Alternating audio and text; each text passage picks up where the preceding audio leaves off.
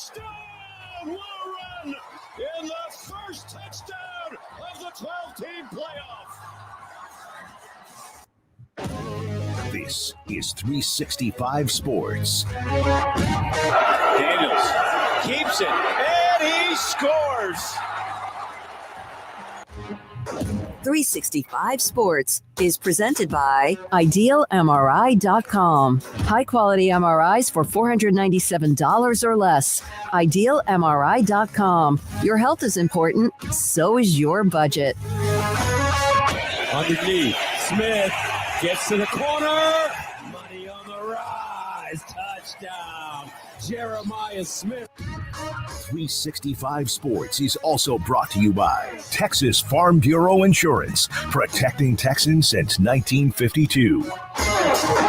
Johnson buys some time. There's the tight end again, rumbling towards the end zone, and the touchdown for Anzio. Remember when you had a guy, someone who could fix anything? They're still out there at Batteries Plus. With their quick solutions and expert advice on batteries, key fobs, and phone repair, Batteries Plus will have you in and out and on your way in no time. Batteries Plus, the experts in charge. Klubnik's going to take off. Klubnik for the touchdown. Now, here's David Smoak, Paul Catalina, and Craig Smoak. And here we go on this Thursday. It's already nearly a third of the way through the month of October. I'm David Smoak, along with Pablo Catalina, Craig Smoak, all right here on set. Thanks to Garrett Ross and Andrew Valade for what they do. That is huge for us every single day. A lot of things to get to. We'll have our Big 12 picks later in the show today. We'll also have Con Time. Sam Con, theathletic.com, Max Olson today, and Taylor McCarg, bang, bang, bang, with three great analysts of college football will join us. Craig's off the radar. And then that last chunk of time that we have with Paul's top five, the wheel spin, the quizzes, and also poll results. All of that throughout the show today, and we appreciate your time. So, injury report. I think this is really cool because otherwise we would not know where they would be put. And you really, I don't know, we've seen maybe Kyle Whittingham or whoever has fudged it a little bit, or just not put one out there, or put everybody out there, right? College football on the cutting edge, only 50 years after the NFL did it. So yeah, they're right on the. And they wouldn't do it if it wasn't for gambling. Yeah. Now, so those are two old school helmets. They're the helmets. They're the right ones, but they look like they're like from the days when you get those little plastic that you found. Yeah. All right. There's the Oklahoma report. Obviously some players. Interesting as well that Lewis, the wide receiver who took that hit to the wall, is questionable, not out. And then, of course, there's John Mateer. Questionable means what? That maybe they could play. Yep, that's how maybe. You can. Yep. I still think that that's gamesmanship. I would think that medical science, holds here and that he still has some time to heal. But, man, if he does, that is something amazing. Yeah, it'd be a pretty damn big deal. I mean, he's the Heisman Trophy front runner up until he got hurt 2 weeks ago. It's the arguably biggest game of the weekend. It's not number one versus number two. You've already got one of these teams with two losses, but it's one of the top 2 to 3 rivalries in college football every year, regardless of record. And so, it's all eyes on John Mateer and whether he's going to play on Saturday. But this doesn't shed any light other than we can say that there's a chance, and we already knew that anyways. But, the only thing newsworthy from this as far as Mateer goes is if it would have set out, and then we could have all ceased speculation. But then what will we do about the gamesmanship we could play for Brent Venables and his staff? So we wait. I don't think we'll know tomorrow. I think we'll know when the ball kicks off and the Oklahoma offense has to take the field on Saturday, because as we've seen previously, Oklahoma had a concussed Dylan Gabriel who wasn't going to play in that game out throwing warm-up passes prior to a game a few years ago. And then he obviously didn't play, but just to play the mind games, he was out there like, oh, wait, is he going to play? So, until the ball is in the hands of the Sooners offense, I think we'll all keep debating on whether or not John Mateer plays, but it's at least positive that you have a chance, if you're an Oklahoma fan looking at this, that like, okay, maybe he will play, because obviously if he does, that's a massive difference from Michael Hawkins, and enough of a difference that it made me pick one side or the other when we made our choices yesterday based on whether I thought John Mateer alone was going to play in this game. You wonder if he plays. He's got the kind of the soft cast on right now. Obviously we don't know, but there it is, John Mateer. And then with Texas, good news for them. Probable's better than doubtful. And Malik Muhammad, a great player in the secondary. And then Livingstone has been, I believe Wingo's really good, but Livingstone's been probably their most consistent receiver. And then they've had that issue with C.J. Baxter again, doubtful, but there we are with some of the bigger names in this particular report. Yeah, I mean, good news for Texas is that's not a very long list at all. But they've had really a lot of trouble in the running game. And C.J. Baxter, you'd love to have him. Part of their troubles has been their offensive line. Part of their troubles has been guys not being healthy. And so I think that's kind of a thing that you can kind of start to say about C.J. Baxter's career in some ways, right? That he's had a few health issues that have interrupted his time. So doubtful. That's that's a guy you would like to have if at all possible. But that being the only guy on the doubtful list, that's pretty damn good. At 6 games into the season, I've seen other injury reports that I know are also gamesmanship, but that have like 25 names on them. And dude, I don't know if y'all saw, I doubt y'all saw this the other day. I was watching Deion's press conference and he had a really weird, I don't know if it was a slip of the tongue or what, but it was very awkward because he had somebody ask him about his injury report because the injury report had a lot of names on it, like a lot of names on it. And he's like, don't believe everything you read. Like almost wink, wink. And then I think he realized like, you're not supposed to be like doing this nefarious. And then he's like, so it's just, guys are healthier than they look, or I don't know. He cleaned it up, but it was just like, so basically you just acknowledge that you're like throwing S out there on the injury report, which you're not supposed to be doing necessarily. But yeah, he moved on from it and it was fine. And nobody was like dwelling on it or anything. But yeah, there's definite gamesmanship here. And this has been the most interesting report watch of the entire season thus far is John Mateer. Will he, won't he? Well, and I don't just say this to segue into it when we get to it, but Bill Belichick used to put everybody as questionable on the list. If they walked into the trainer's room, if Tom Brady, put ice on his elbow, he would put Tom Brady questionable elbow. And the NFL actually had to get onto him because they're like, hey, we know what you're doing, and he's like, what am I doing? And so even they're going to use it all the way that they want and push things in certain directions. And yeah, I just here's the deal. If they would just know the other guy on the other side is, pretty much as good at his job as you are. Like there are some exceptions where, there are some guys who are super elite, like, when you're coaching across from Nick Saban, you're not as good as Nick Saban is. But that's also like saying, Elton John is an all-time great. Dave Matthews is good, but he's still no Elton John, right? So it's just that. If that guy's almost as good as you, he's probably not going to fall for your stupid BS injury report shenanigans. Yeah, because he probably himself has won himself. Now, this is he didn't win the job in an essay contest. No, this is unbelievable. This was yesterday. Oh, boy, you got to get to Bill Belichick, which is an unbelievable story in itself. So yesterday, a lot of speculation, writing by Conley, the young man that the veteran who's been all in this Belichick thing with North Carolina. So it's bad when they release statements. Sometimes if an AD leaves or puts out a statement of support, that means you're going to get fired pretty soon, or even in the NFL or whatever. But Bill Belichick, I'm fully committed to UNC football and the program we're building here. And as AD Bubba Cunningham, Coach Belichick has the full support of the Department of Athletics and the university after reports that this thing could be headed to an iceberg, if not already about to hit it. Now, they both might be right that he's committed, but there's also a story that he was on the phone. This is from a reputable reporter who covers North Carolina in that area, that Belichick was on the phone throughout the night trying to calm down those who've committed to play for him with the class of 2026, which that might be a good sign if, in fact, that's the case, to try to save the class so they don't start to bail. Yeah, I think this is all standard for the course when these things pop up, though. Like nothing that they said here hasn't been said about every single report, and it still can go either way. They could all of a sudden start playing better. He could stop doing whatever he's doing that's making everybody around him mad. All those things could all happen. He has to proceed in a straight line, but Bubba Cunningham is retiring. One.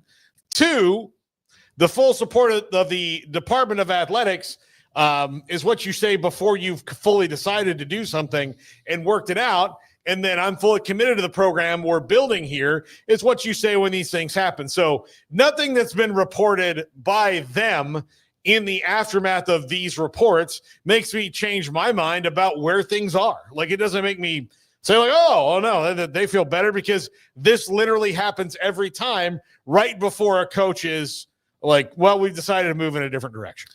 You never say never, but I think saying that Bill Belichick will not be at North Carolina for a second year is as close to being able to say that without having any repercussion that you could be wrong, like any worry or concerns whatsoever. I think it's 99.99999% that he's gone at the end of the year, if not before that. So, yeah, they can say all they want. This is the same thing as a report leaks about you wanting to fire your coach, and the AD makes a statement of like, no, we fully support Coach Taylor and everything that he's done here, and we're going to support him moving forward. And then 2 weeks later, you fire him. Like, we've seen statements mean nothing, really. They calm fears or they quiet noise.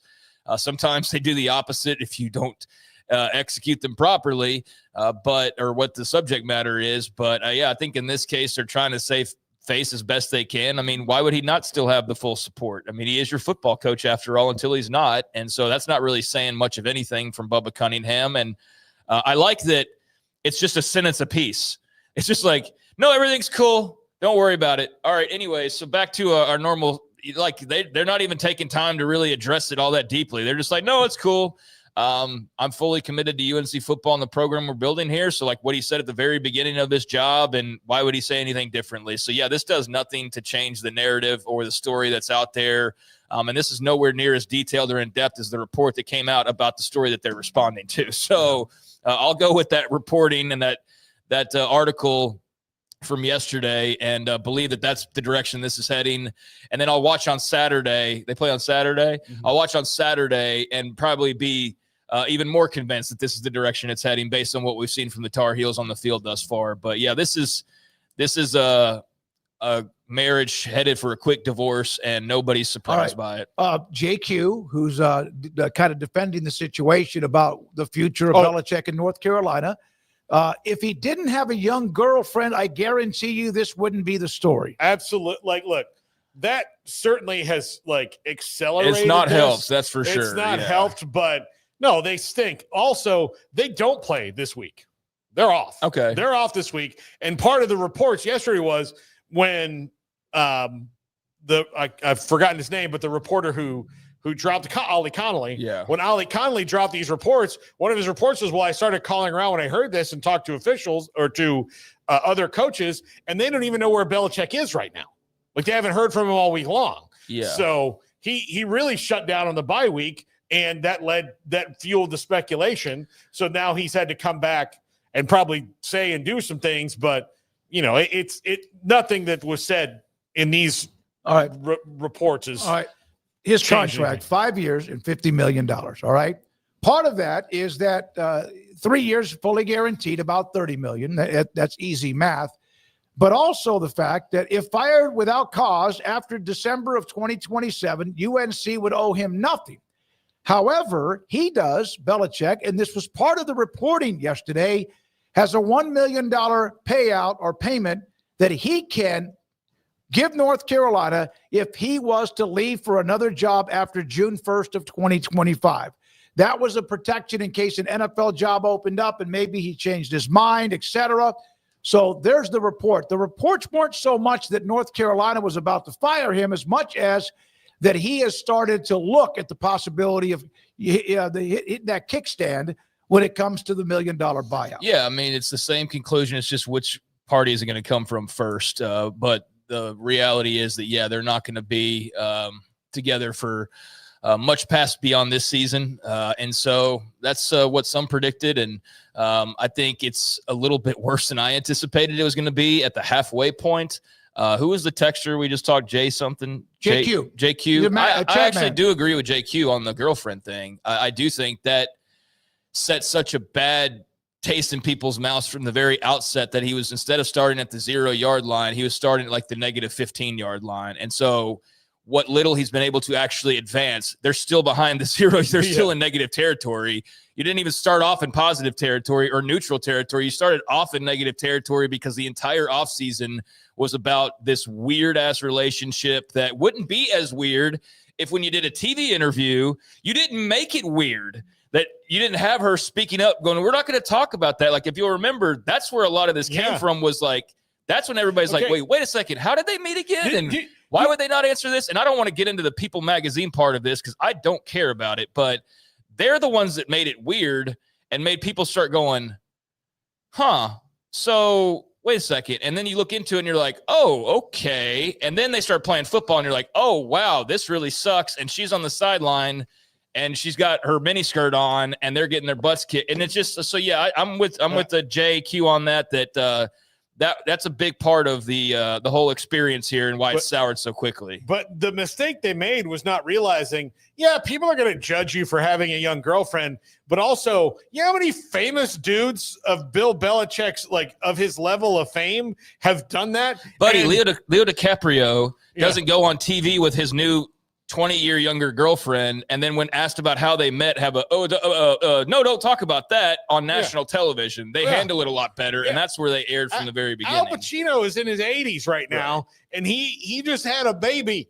like a year ago. So, I mean, they could go ask him, and he'll be like, I met her at the studio.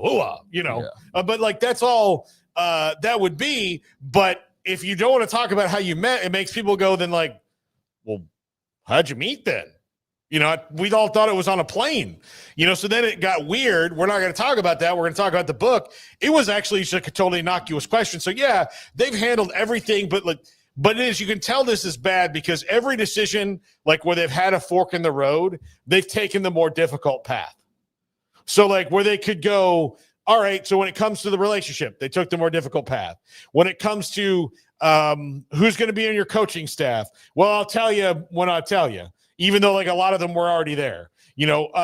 What's Mike Lombardi's role? Well, you'll figure it out later. So they've always, like, gone down this He's always been the Kremlin. Yeah, so, like, but, you keep going down. Let's ban NFL staffs from being able, or the Patriots from being able to attend games. Oh, there's another story that's suddenly a story for no reason. So, they've created all of the stories basically on their own.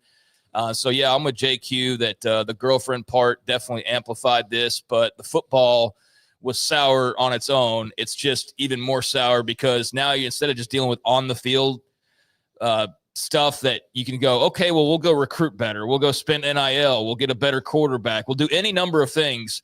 Yeah, but what about the mess off the field too? Like, because that's as big of a problem as anything. And when you put them together, then it's a one giant regrettable decision by the boosters that push this forward as some great idea to help them get exposure and get into the Big Ten or the SEC or whatever the grand dream is. JQ, I appreciate your feedback on it. And if you're right, that's good. I did save your chat message because you said they're not going to fire him. They can't in year one. And I agree about firing guys in year one. And I don't know how many of the top 25 programs had coaches in their first year that just blanked the bed. Probably there are 2 or 3. But we're not going to have time to go over all of it. Yeah, and I misread that yesterday when the $1 million. I was reading that. I'm glad you clarified on that. He can pay the $1 million because that didn't make sense to me when I was reading it. I was like, I don't remember this being part of the contract. If that was the case, I would throw $1 million at Belichick and be like, go. Oh, yeah, for sure. Here's the reason why. Let's just say he just gets to a point of miserable or he just feels like he made a mistake, which I don't think he would admit that. But or gets an offer. Like, let's say the Jets job. But that's not happening, but yeah. Yeah. But, I don't know if he's going back in the NFL. Seems like he might have been toxic. But then he can say, screw it. You guys don't have to fire me. Here's $1 million. He made his 5 or 10 this year and moves on. You got to remember, he's not in the NFL. He's in college because the NFL didn't want him. That's the entire reason why he's in the NCAA right now is because he looked around and everybody's like, we're good. And so that's why he's there to begin with. So this idea of like, oh, well, the such and such job will open up and they'll turn to, no, they're not turning to Belichick. They're going to turn to like a dude on the Lions staff or something. They're not going to turn to Belichick. So but like, I'm glad you clarified because I was reading that yesterday. I was like, this doesn't. There's no way that Carolina, whoever wrote that up, it should be suspended, reprimanded, or fired. All right, Houston. Oh my Lord. University of Houston had this in the email inbox for many people. This was Joseph Duarte, who's a great covers Houston for the Chronicle.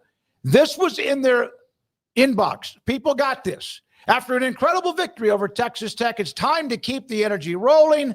Don't miss homecoming for one of the most exciting days of the year. Oops, and there's what they said then later on in the evening. We are aware of an email that was inadvertently sent on behalf of the athletics department to a third-party contractor. Incorrectly mentioned we had a win against Tech. Of course, oh my God, what a huge mistake. Look, but the only way that could be more like in college athletic circles, that's really embarrassing. Like that's the equivalent of like sending out a nude, to the office. Like you're just like, oops, that was not meant for you guys. Sorry, I'm on my phone. Like that, and that might have been how that happened, where they're like, hey, we got to send out this ticket email. Where's Brad? And they're like, oh, Brad's out. And so they text Brad. He's like, no, I got it on my phone. Let me just hit the mailing list. And that's probably what happened. Yeah. I mean, it seems like somebody's given us a great example of why scheduled messages aren't always a good idea, because I'm sure somebody, and they blamed like the third party or whoever was in charge of sending out these emails. They're like they took blame, like to their credit, Houston took blame, but they basically also said, like, it was like this other group. So yeah, probably some person who doesn't pay a lot of attention to Houston football just scheduled a tweet hoping that, and then got busy in the weekend and didn't realize until the email I should say, not tweet, the email got sent out that, oh crap, I forgot to cancel that. And that's probably all that was. But I understand having the email ready to go. That's every college athletic department. I guarantee you Tech, after their win over Utah, I bet if we go back and look, there was a donation tweet or email sent out within a couple hours of that game, certainly within 24 hours of that game. So that part of it's not surprising. If you would have beaten Tech and then sent that out, I bet you'd had a bunch of people fired up, but you scheduled it when you should have just kept it in the drafts. That's where you made the mistake. You should have not ever scheduled it, but oh, well, that is embarrassing. I got a little secondhand embarrassment for them when I saw that last night. Not the biggest deal in the world, but it's embarrassing. I hated it for them that it occurred. And how about this one? North Texas, tomorrow night, I know Craig will have games in college football for tonight and into the weekend too. That game with USF tomorrow night is sold out. And for the first time ever at DATCU Stadium up in Denton, Texas. Good for them. Yeah, I think it's a great opportunity for Eric Morris and the Mean Green. They've been a program steadily making strides for the last few years. They've had some ebbs and flows, but they've had a lot of positives. And I think especially here lately when you've got the young star quarterback in the making and the young head coach who you hope you'll be able to hold on to with all these jobs that are opening up. And I think there's a lot to like. And then obviously a really good opponent rolling into town. And I don't know how often that North Texas gets to host a top 25 team. I mean, I'm sure that's in their media guide this week, but I wouldn't imagine it's super often. I mean, maybe once a year or so. So to get that opportunity, it's a fun college town, probably one of the more underrated college towns in America, quite frankly. And so, this is going to be a big damn deal. And man, if they win, I would love to be at the bars in Denton on Saturday night. But no surprise, it's sold out. It should sell out. If it didn't, that would be more of a story. So this is going to be fun. I just hope the game pans out. That's always the fear with you hype, and then you get like 56-23. Yeah. But man, when it's 45-44, and that's college football at its best, and maybe that's what we get this weekend. We'll see. I think we're going to see a good game. I mean, both teams are really good. So both coaches are really good. There's a reason that their names are coming up for jobs at bigger places. But yeah, Denton's a great place. It's a really cool school, and it's a really awesome place. So good for them. And hopefully, it like you said, Craig, it keeps up and they can keep selling it out. They're 5-0. Enjoy. Like the other thing you got to tell, I think a lot of fans need to understand is the seasons where things are going so well, like right off the bat, or like it's blatantly great. Like you got to wrap those around because they're few and far between back in the times we're used to in college athletics now. The swings are huge, so enjoy the good season while you have it, because the very next one could be a rough one. Last time they hosted a game, I was looking at their schedule. A home game against a nationally ranked team was Army last year. So because of the conference they're in, or they have been in recently, then, you're going to have a Memphis or Navy or, again, those conferences have all been changed up quite a bit, but that was the last time I saw that they hosted a game. So like I said, probably it's like once a year. Yeah. No, you're right. That's exactly what it was. Army last year, and I don't see, they hosted UTSA back in 21 when they were number 22. So a couple of notes about the Big Ten, then Sam Conn will start a battering ram of Sam Conn, Max Olson, and Taylor McCard. The Big Ten, from Tony Petitti, their commissioner, Nicole Arbach with this one, the Big Ten is going to be a high sport sponsorship league. That's what our ADs and presidents are committed to. And then Chris Fanini responded, this has forever been something the Big Ten schools point out, that most of them sponsor a lot more sports than the SEC schools, meaning that less available money to put back into football. Big Ten has hockey at some schools. SEC does not have men's soccer. The bottom line is that we all know still that most of the money is going to the football program, but this was Petitti. Is that why I see all these Big Ten teams in the College World Series? Oh, wait. That's where there you go. SEC spending their money is on they're baseball. In the hockey, they're on the pond, and then again, wrestling, etc. Who's playing for the softball titles here recently? The schools that just joined the SEC. So, I get the pissing contest back and forth, but it's understandable the angle they're taking. I'll just say this, rather than try to join one side and pull the rope that way, because I'm not team this and team that on every damn thing. I'm glad they're sponsoring as much as they possibly can. I think it's important for American sports that we have some programs. It doesn't have to be everybody. Not everybody has to have football, baseball, basketball galore. But I do think it's important that the schools who are traditionally good at certain sports that not everybody partakes in, that they uphold that and that they continue to give opportunities to our Olympic athletes and just athletes in general, because I know everybody wants to just piss away everything when it comes to the education side and anything that doesn't have anything to do with football, which is just moronic and short-sighted. But it's good that people can just, even if there's not a pro career, just go play tennis at college. Like go play softball. It doesn't mean you have to go make millions of dollars as a pro athlete afterward, but the experiences and the opportunities, and now the money you can make doing that for 3 to 4 to 5 years, I think is still exceptionally important. So, yeah, I want everybody to sponsor as many sports as they can without sponsoring to the point of you're hurting the sport. You're not doing it justice, but do what you can. And continue to lift up all the non-football basketball sports because they deserve it. They need it. And I think in my personal opinion, it's very important for us at large. Yeah. And Cody Campbell, when everyone says he's just trying to buy championships for Tech, which is not true. And others, of course, involved in the NIL there and support, he is fighting for the alternate sports. He's fighting for the other sports outside of football and men's basketball. We need to break, but go ahead. I'll say this. The Big Ten floating out like, hey, we've got a lot of schools to sponsor is also a thing that you say after everybody's like, oh, private equity? Yeah, no, exactly. I mean that's why I'm saying I'm not grabbing the rope on the tug of war, because this can easily turn into a pissing contest of Big Ten versus the SEC or Big Ten versus college sports where they're crying again, which they are, but I'm not going to dwell on that and just say instead, pat on the back, good job, keep supporting sports, and we'll leave it at that. Keep supporting sports, but like also when don't cry about it. But when people also ask you like why you're going down these other revenue like rabbit holes, don't lie about it. Be like, we're trying to save volleyball. Yeah. Are you? The Big Ten might be with volleyball. Yeah. I mean, like, I know. Yeah. Hey, we'll get to West Virginia stuff with their scholarships later when we do our Big 12 picks. Garrett, great job, young man. Thank you very much. Andrew Valet, this is 365 Sports. Sam Conn is next. The Baylor alumni group with Doug Furchin, Paul Thorpe. No game this weekend.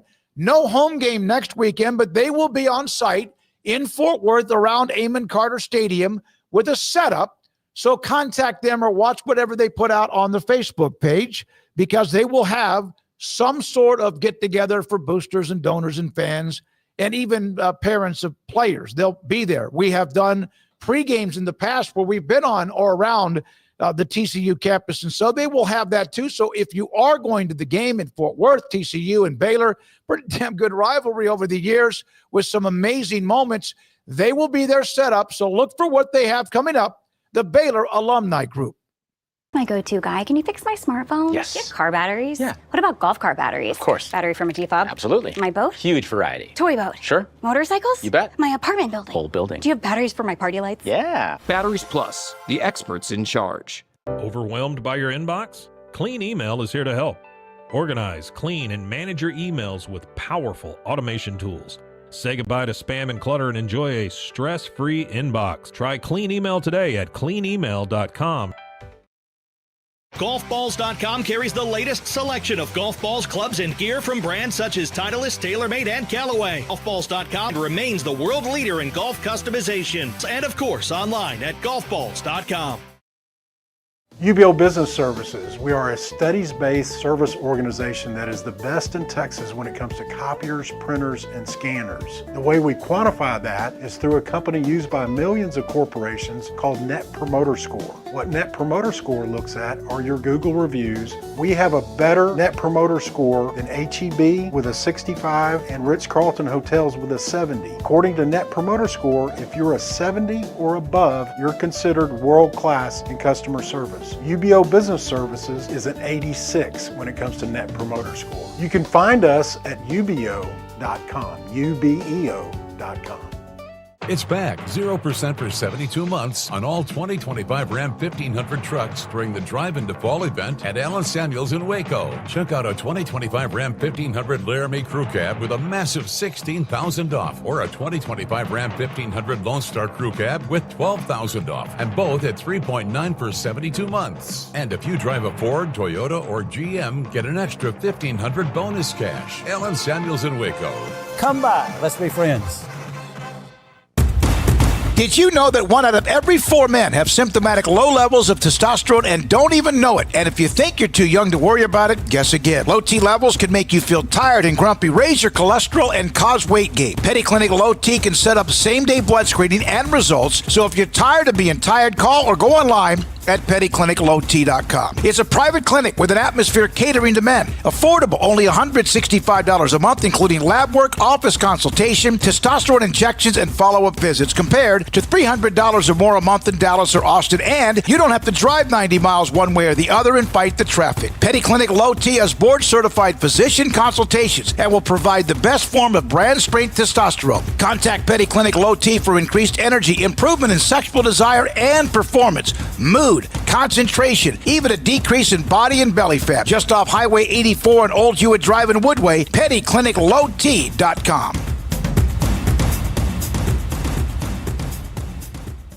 As my go-to guy, can you fix my smartphone? Yes. Do you have car batteries? Yeah. What about golf cart batteries? Of course. Battery from a G-fob? Absolutely. My boat? Huge variety. Toy boat? Sure. Motorcycles? You bet. My apartment building? Whole building. Do you have batteries for my party lights? Yeah. Batteries Plus, the experts in charge. You got batteries for my side-by-side? Yes. Replace my flashlight? Sure thing. What about my business? Ooh, good one. 100%. Batteries for my fleet of trucks? Gas floor scrubbers? Yes, and fire panels. We have pallets of batteries. Well, what about... As your go-to guy, if it needs a battery, we have it. Well, that's all you had to say. Could have led with that. Batteries Plus, the experts in charge.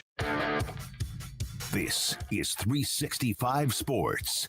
The 3 o'clock hour is sponsored by Waco Custom Marketplace. Meats, sweets, Texas treats, and a cut above the rest. 425 Lake Air Drive, Waco. What do we call this, Garrett? What is this segment? Con time. We mentioned this the other day. Yeah, we got the drop. I think. Yeah. So do that again, Garrett. I don't think. You're a rock star, man. Rock star. Good to see you. I wish for your sake, Sam, that it wasn't a Star Trek movie, but it is. You're just tied to it forever. You know, the funny thing is I'd never watched Star Trek before. So I'm familiar with the reference just because people have made it to me so many times that I've never seen. I've never seen any of the Star Trek stuff. I've never seen any Star Wars stuff. So I'm totally clueless on it other than the reference that people tell me. If it makes you feel better, he is the best villain. Well, good. That's good. Yeah. I mean, so like of all the ones, he's the best one. Well, speaking of villains, on either side of the Red River shootout with Texas and OU, there's the question about Mateer play or not. That's kind of affected the odds and the line. But man, someone said the other day that this rivalry might have more surprises than any other rivalry like this one. But we saw Michigan beat Ohio State. We've seen Auburn stun Alabama. But this one truly, I think, is so much emotion that a play early in the game can just absolutely throw this thing into the dryer. Yeah, because half the stadium is your fans. So half the stadium is Texas, half the stadium is Oklahoma. So every time there's a big play, it's loud in that place. It's not like if you're on the road and then you silence the crowd, or if you're at home and it becomes deafening. There's always going to be a large crowd reaction to whatever big plays happen. And there's just something really strange and weird about this game that these things happen. You look at, for instance, Texas comes in, and I was going over these numbers earlier. They are one of the worst teams in the country at allowing quarterback pressure. They're 9th worst in quarterback pressure allowed. Oklahoma is the best in the country at pressuring the quarterback. So what do you think is going to happen? We think Oklahoma is going to go in there and sack or harass Arch Manning for 4 quarters. But no, in this game, Arch will come out and throw for 3 touchdowns in the first half, and then we'll all be looking sideways. Yep, he'll hit a long fade early for 65 yards, and then it just sends the whole thing into a tumble. Like I said, it just it's the way it is. And it's crazy that an early play, and then you had the Kennedy Brooks comeback year when Texas was annihilating them, and Oklahoma came from 21 points down to win that game. We've had that too, where late in the game teams go off too. So, what are your thoughts about Mateer playing or not? I don't know. I mean, it seems to me like gamesmanship. If the initial thought from what we had heard after the surgery was the hope he would be back for October 18th at South Carolina. This would put him about a week early, and I'm not a doctor. I don't know anything about hand surgery or thumb injuries, but I will say that I do feel like if Brent Venables was being up front, which you never know with college football coaches, if he really wasn't practicing full and he wasn't doing good on good, he wasn't doing 7-on-7 earlier in the week, then I have a hard time thinking he's going to play a lot on Saturday. To me, going from not being able to throw 7-on-7 on Monday to playing in the game and starting the game on Saturday seems like a stretch. Now, if Brent is just trying to pull the wool over our eyes, then okay. But based on everything that we know publicly, as much as Mateer wants to play, I think it's a smokescreen. I get the sense that they're going to ride Michael Hawkins early, and then if they need him in emergency, maybe they go to Mateer. Sam, it's different things for both these schools. If Oklahoma loses this game, yes, it sucks. Yes, their fans will be mad. But if Mateer comes back soon and they keep playing like they were before he got hurt, then everything's going to be fine for Oklahoma. I mean, they do have a tough schedule, but he's shown that he can win big, tough games. He's already done it a couple times this year. For Texas, if they lose this game, it is over for them. That's it. October 11th, done. And that would be wildly disappointing. Maybe the only team more disappointing would be Penn State at that point. Yeah, no doubt, because you were the preseason #1 team, a popular pick to win the national championship, or at least get deep into the college football playoff, and pretty much all that would be off the table with 3 losses at 3-3 in the midpoint, because I wouldn't foresee them running the table the rest of the way and getting into the bracket at that point. Regardless, I think Texas does have some issues. The most present one is the offensive line. That has not worked out like they thought it would. They have not taken a portal offensive lineman the entirety of the Steve Sarkisian era, which is remarkable. Most teams go to try to find 1 or 2 to shore up some depth. If you're on the extreme level, like Houston, they went and got 5 out of the portal to shore up their offensive line. Steve Sarkisian and that staff felt like they had developed well enough to get a line that was good enough, but clearly it is not. They have struggled up front. And to me, that's where the game is going to be won or lost. If they can block, and by the way, run the football, then they have a chance. But if they cannot, then I think it's going to be really an uphill battle for them. And honestly, when you look at the schedule the rest of the way, there are still some tough games. I think Vandy's a tough one. Mississippi State, they still got A&M on the schedule. So it's not really a cakewalk after Oklahoma, even if they do survive it. I'm really looking forward to seeing what kind of questions Texas answers if they can. So last week, Florida led to us having the discussion that we're having about Texas, and there was all sorts of alarm bells of what the Longhorns were walking into. Now the Gators are not in a swamp. They're going to Kyle Field where there's a clear home field advantage. Nevertheless, given what they just did last week, how on alert are you if you're Mike Elko and company? And just what do you think about this game from the A&M viewpoint? Yeah, I think just from a pure talent standpoint, you do have to be careful with this one. And when you look at the way their defensive front played against Texas, that's what you have to be ready for if you're Mike Elko and you're Colin Klein. You have to be ready for this.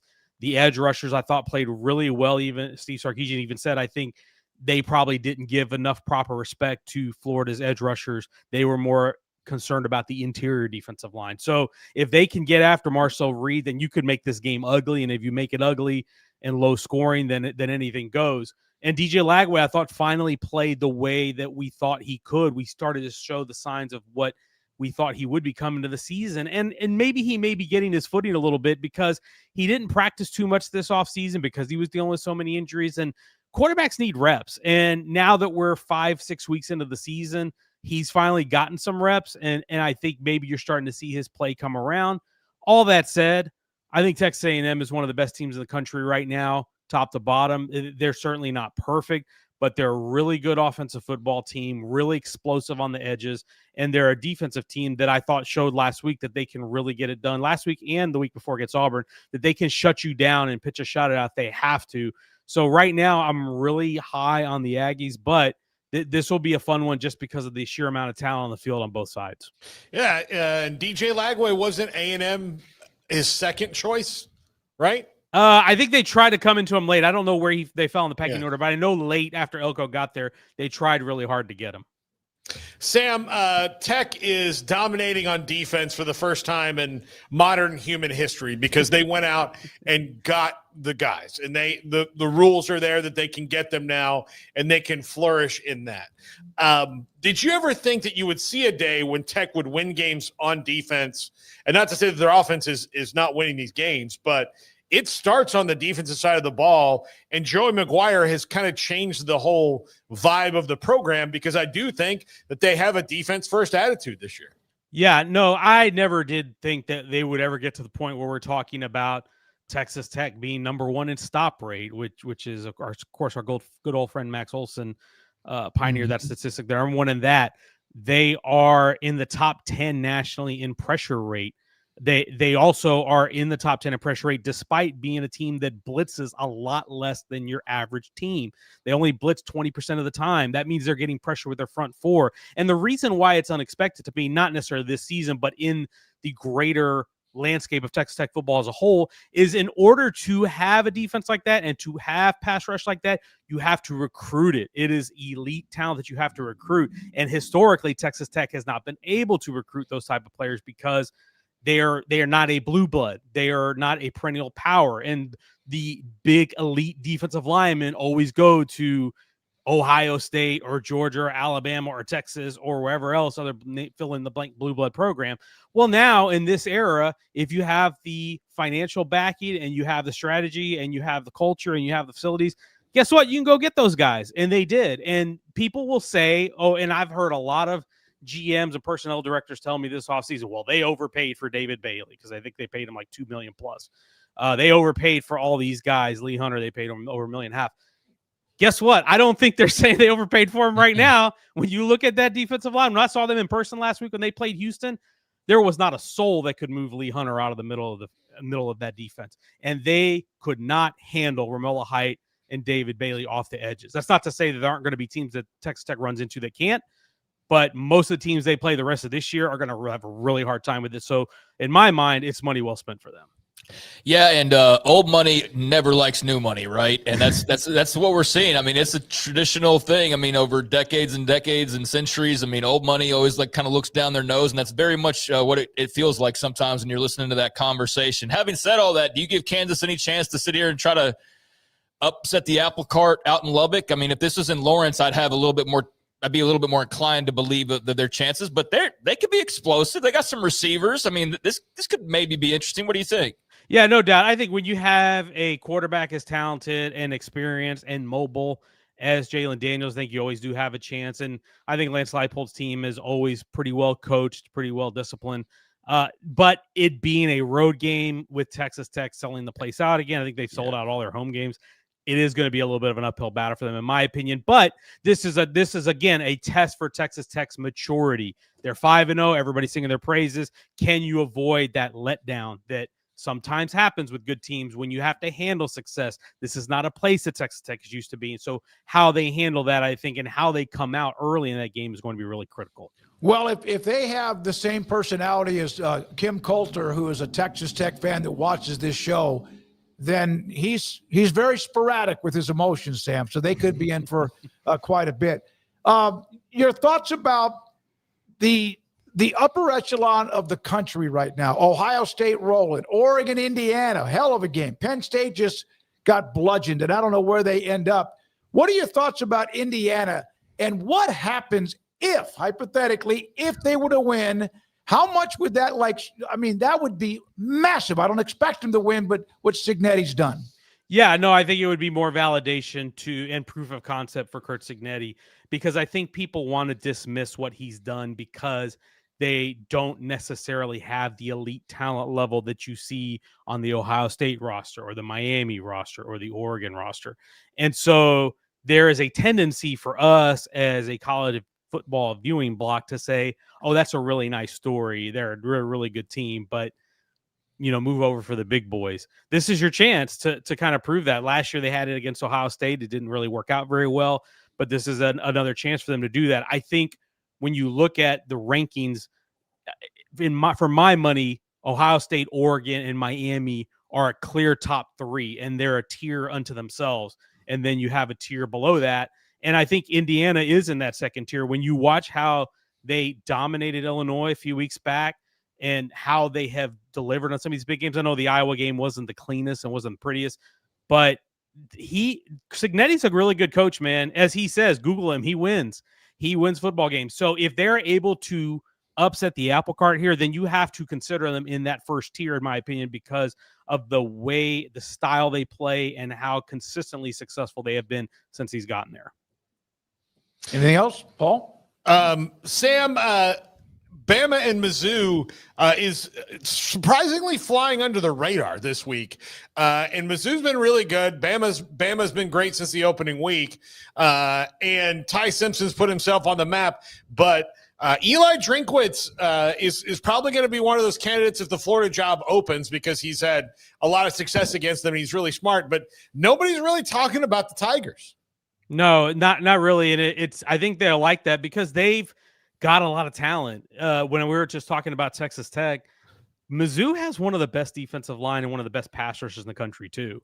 And that's what's going to make it interesting for Ty Simpson in Alabama is how does Alabama handle that edge pressure and how well can they contain it? Oh, by the way, they have a pretty explosive offense with Bo Pribula, who has been one of the most accurate quarterbacks in the country this year. Ahmad Hardy, the transfer from Louisiana Monroe, who has a tackle-breaking machine and has been a lot of fun to watch. That offense has been a lot of fun, and I will tell you, Drink has done a good job of finding offensive skill players, but now they have a defense that you can really pair with it, with the pressure they're able to put on you. So that is a game where we do our weekly picks every week for our staff, and I was having a hard time with that one because Alabama has been so dominant lately. But Mizzou, I agree with you. I think they flying under the radar, and I think they are one of the best teams in the country. How intrigued are you by Arizona State at Utah on Saturday night, 9:15 kickoff? I mean, talk about flying under the radar. I think people who follow the league know it's a big game, but we're so focused on Tech and so focused on this or that. And, man, this ought to be a hell of a football game. That's an old Pac-12 after dark for you. Yeah, It's Bryce Eccles, baby. That's going to be fun because, and the last time we had Sam Levitt on a late night kickoff in a national slot, it was at Mississippi State. It was a game they had kind of in the bag, and they let a big touchdown go at the end. So it's a chance for redemption for them. These are again two teams that are really good with really good quarterbacks, talented teams that you expect to be in the conversation, and that home field advantage for Utah is never one to overlook. So I know Texas Tech went in there and handled, but they're a different talent level in these two teams. But you saw how loud that place was when Tech came into town. I expect it to be the same when Arizona State comes to town. So Devin Dampier and Sam Levitt on the same field is going to be a lot of fun. All right, the only other game I wanted to ask you about, and I'm probably adding it to the point our audience is like, God, it's like all you're talking about, but I've got to while the spotlight's on Denton, Texas this weekend. I mean, North Texas hosting a huge matchup, and I just wanted your thoughts on how big of a deal this is with USF rolling in, the opportunity to beat a top 25 team, and just what all it means. Yeah, I mean, you're talking college football playoff implications here. I mean, the at this rate, I feel like the playoff representative from the group of 5 is probably going to come from the American based on how well that conference is done. And USF obviously has already the win over Florida on the road. North Texas undefeated. Drew Messamaker has been one of the best stories in college football for my money. And I think it's a really big opportunity for them. They sold out the stadium. It's a really big news for North Texas. Not something that happens. I don't know that's happened before. If it has, I think maybe the first time they opened it in 2011 maybe was the only other time. So really big opportunity for Eric Morris and his team. But this is a USF team that is really fast, really physical, really talented.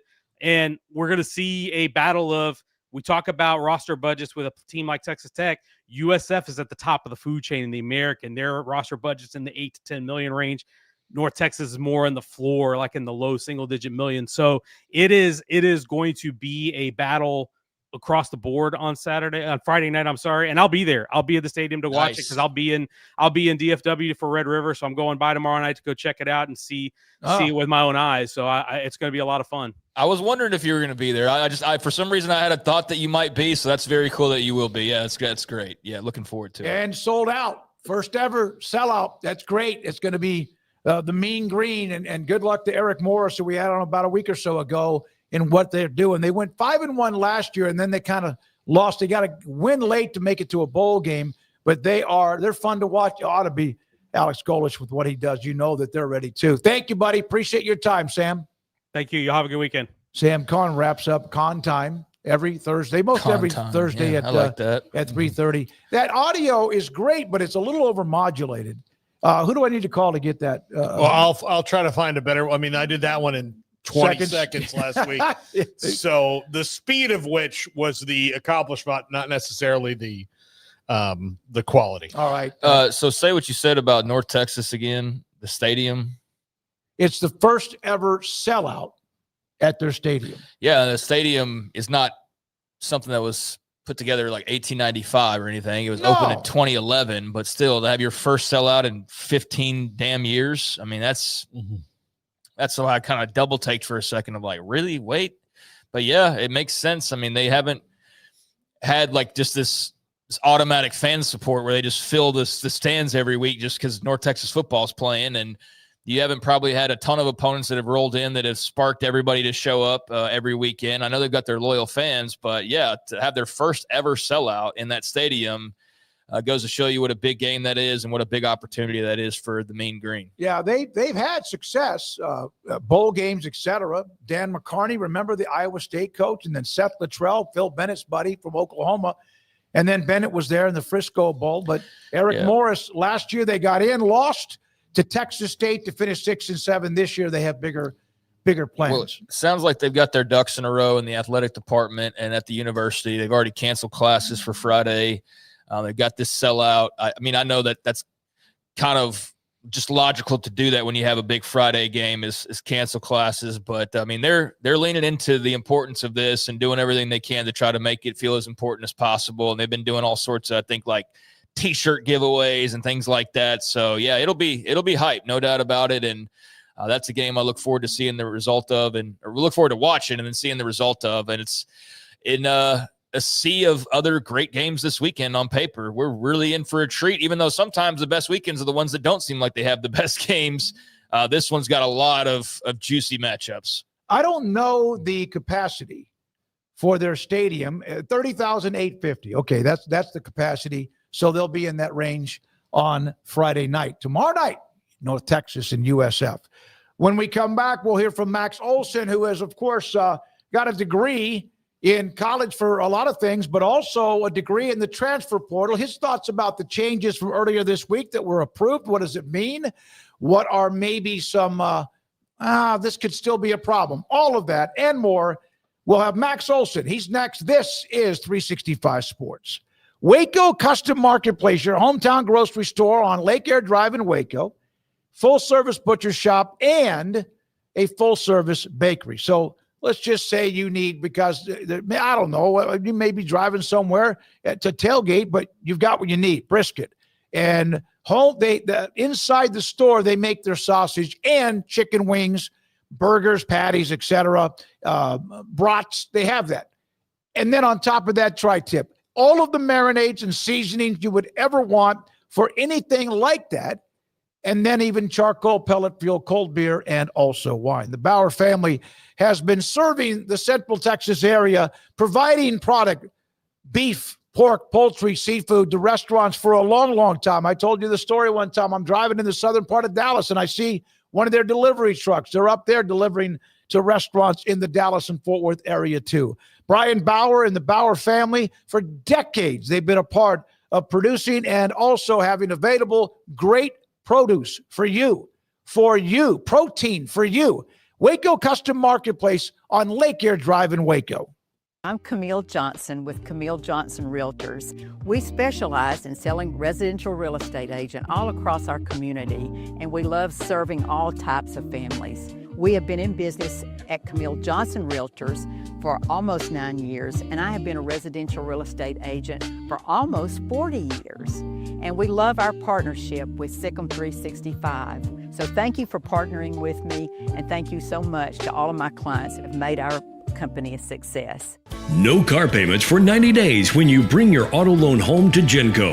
Get 4.79% for 48 months and make no payments until 2026. Plus, get entered to win 3 months of no car payments.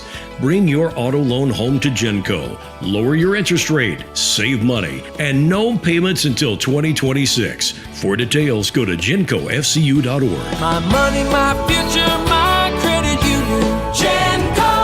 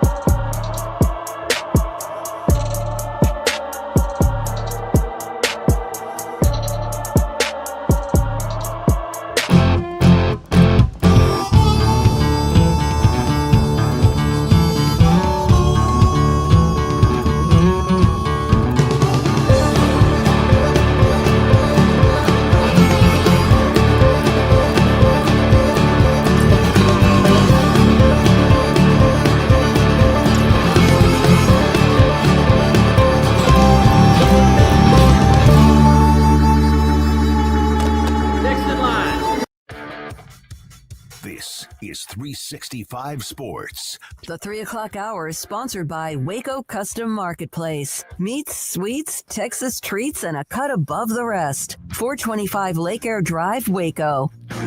Max Olson, ESPN, joins us most every Thursday.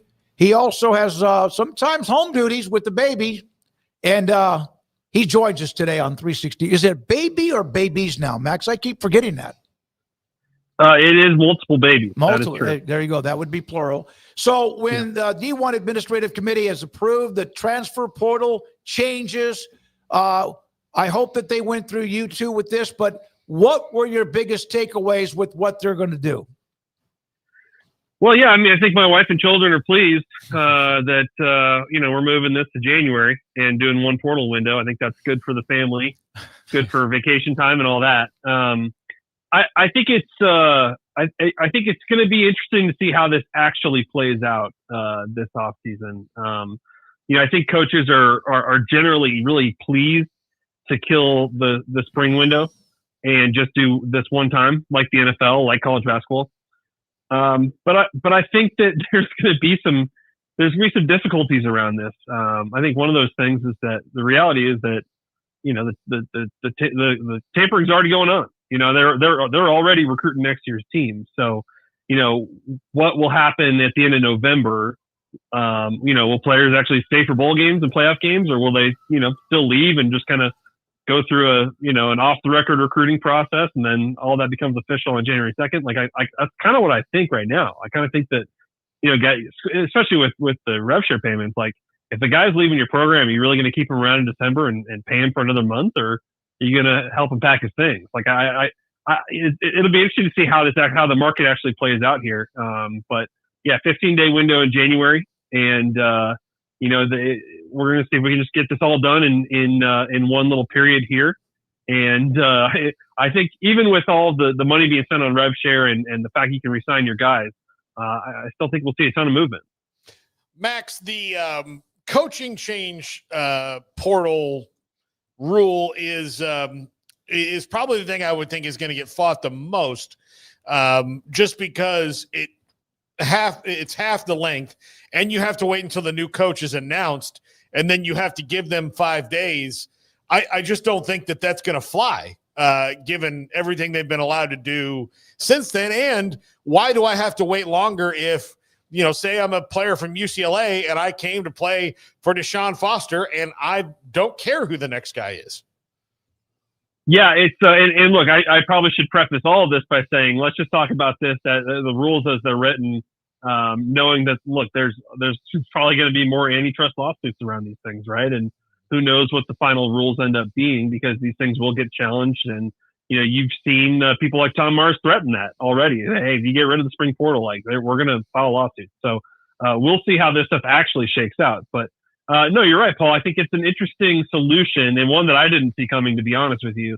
I think if you're like a Florida fan right now, or one of these, a fan of one of these programs that is kind of heading in a bad direction, and maybe you think a coaching change is coming, it's pretty advantageous for the coaches. It really is. The new plan here is, let's say Florida fires Billy Napier in a couple of weeks. The Florida players would not be able to enter the portal until the Gators name their next head coach. And if they haven't done that within a month, then they got to wait a full month. And so, I think that is a big advantage if you're trying to retain your roster. And look, you talk to a lot of coaches. I talked to Kurt Sinay about this very topic last year. Like there are a lot of these situations where you take over a program and you get there and you're like, okay, a dozen guys are already gone. I'm never going to meet them. They're already in the portal. They left in the interim, right? And so it's like that's always been a very frustrating thing for coaches. And I think the stuff you're seeing right now, like objectively, it's not a great thing that like guys are like leaving Oklahoma State in the middle of the season, right? Like that's not really good for anybody, even if that's the best thing for their individual careers. So they're trying to address that stuff. But you're right, Paul. I mean, will that stuff actually hold up when it's so in favor of the coaches? I don't know. So knowing the current setup the way that it is, and that they're not trying to mess with the school calendars and those being unique to each university, was there anything that you saw that they could have done to make these things simpler, or is this just kind of dealing the best hand that they could deal with the cards that they have? Or is there something that maybe you thought they could have gone a different direction? Well, I think the argument that was kind of going on behind the scenes, and you saw Ryan Day allude to it, and Matt Rule kind of laid it out after the fact, was I think many Big Ten coaches looked at this and said, why don't we just do this in April? Why don't we just have the portal at the end of the school year, basically? And, guys don't have to rush through a decision at the end of the regular season about where they're going next and rush to get enrolled at a school in January. But Rule also pointed out that like they're paying these guys for 12 months. So it's like there's going to be guys that are getting paid by two schools here in the spring and stuff like that. And does that even make sense? But I think the problem with that argument is like, I think there's merit to it, but I think that comes with like having to rethink the entire offseason calendar. And moving off of the 15 spring practices and shifting to more of an OTA model. Like, I think if you want to go in that direction, I think there's some positives to it, but it's got to come with, really kind of redoing the whole thing with the off-season practices, because that's what coaches care about right now, is getting a guy in for January, getting him in off-season training, getting him in for spring practice. So I think if you're going to go in that direction, you got to rethink the whole thing. Which is, look, I think we're due for rethinking the whole thing anyways. Yep.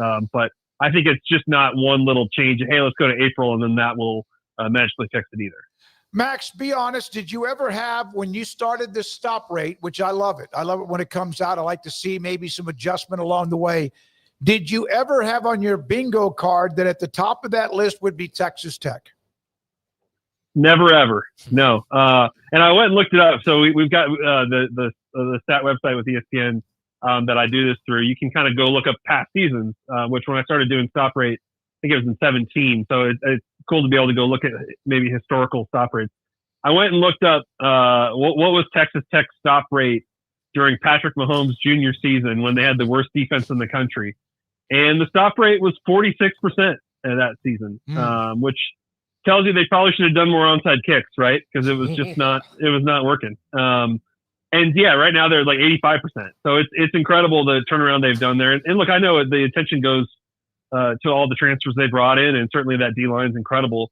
But I think it's a credit to Shield Wood and what he's put together there, and I think it's a credit to what Joey McGuire has done over his tenure. Texas Tech has not been worst in the country in defense during his time there, and it was rough during the Cliff days, and while they had the best offenses in the country, and it's been a problem just for a decade. So kind of pretty amazing to see them at that spot right now, and I think they're going to be in some closer Big 12 games, and they'll probably move down a little bit, but really impressive and just dominated at all three levels from Texas Tech's defense so far this season. But the most important question: beveled logo or throwback now current logo again?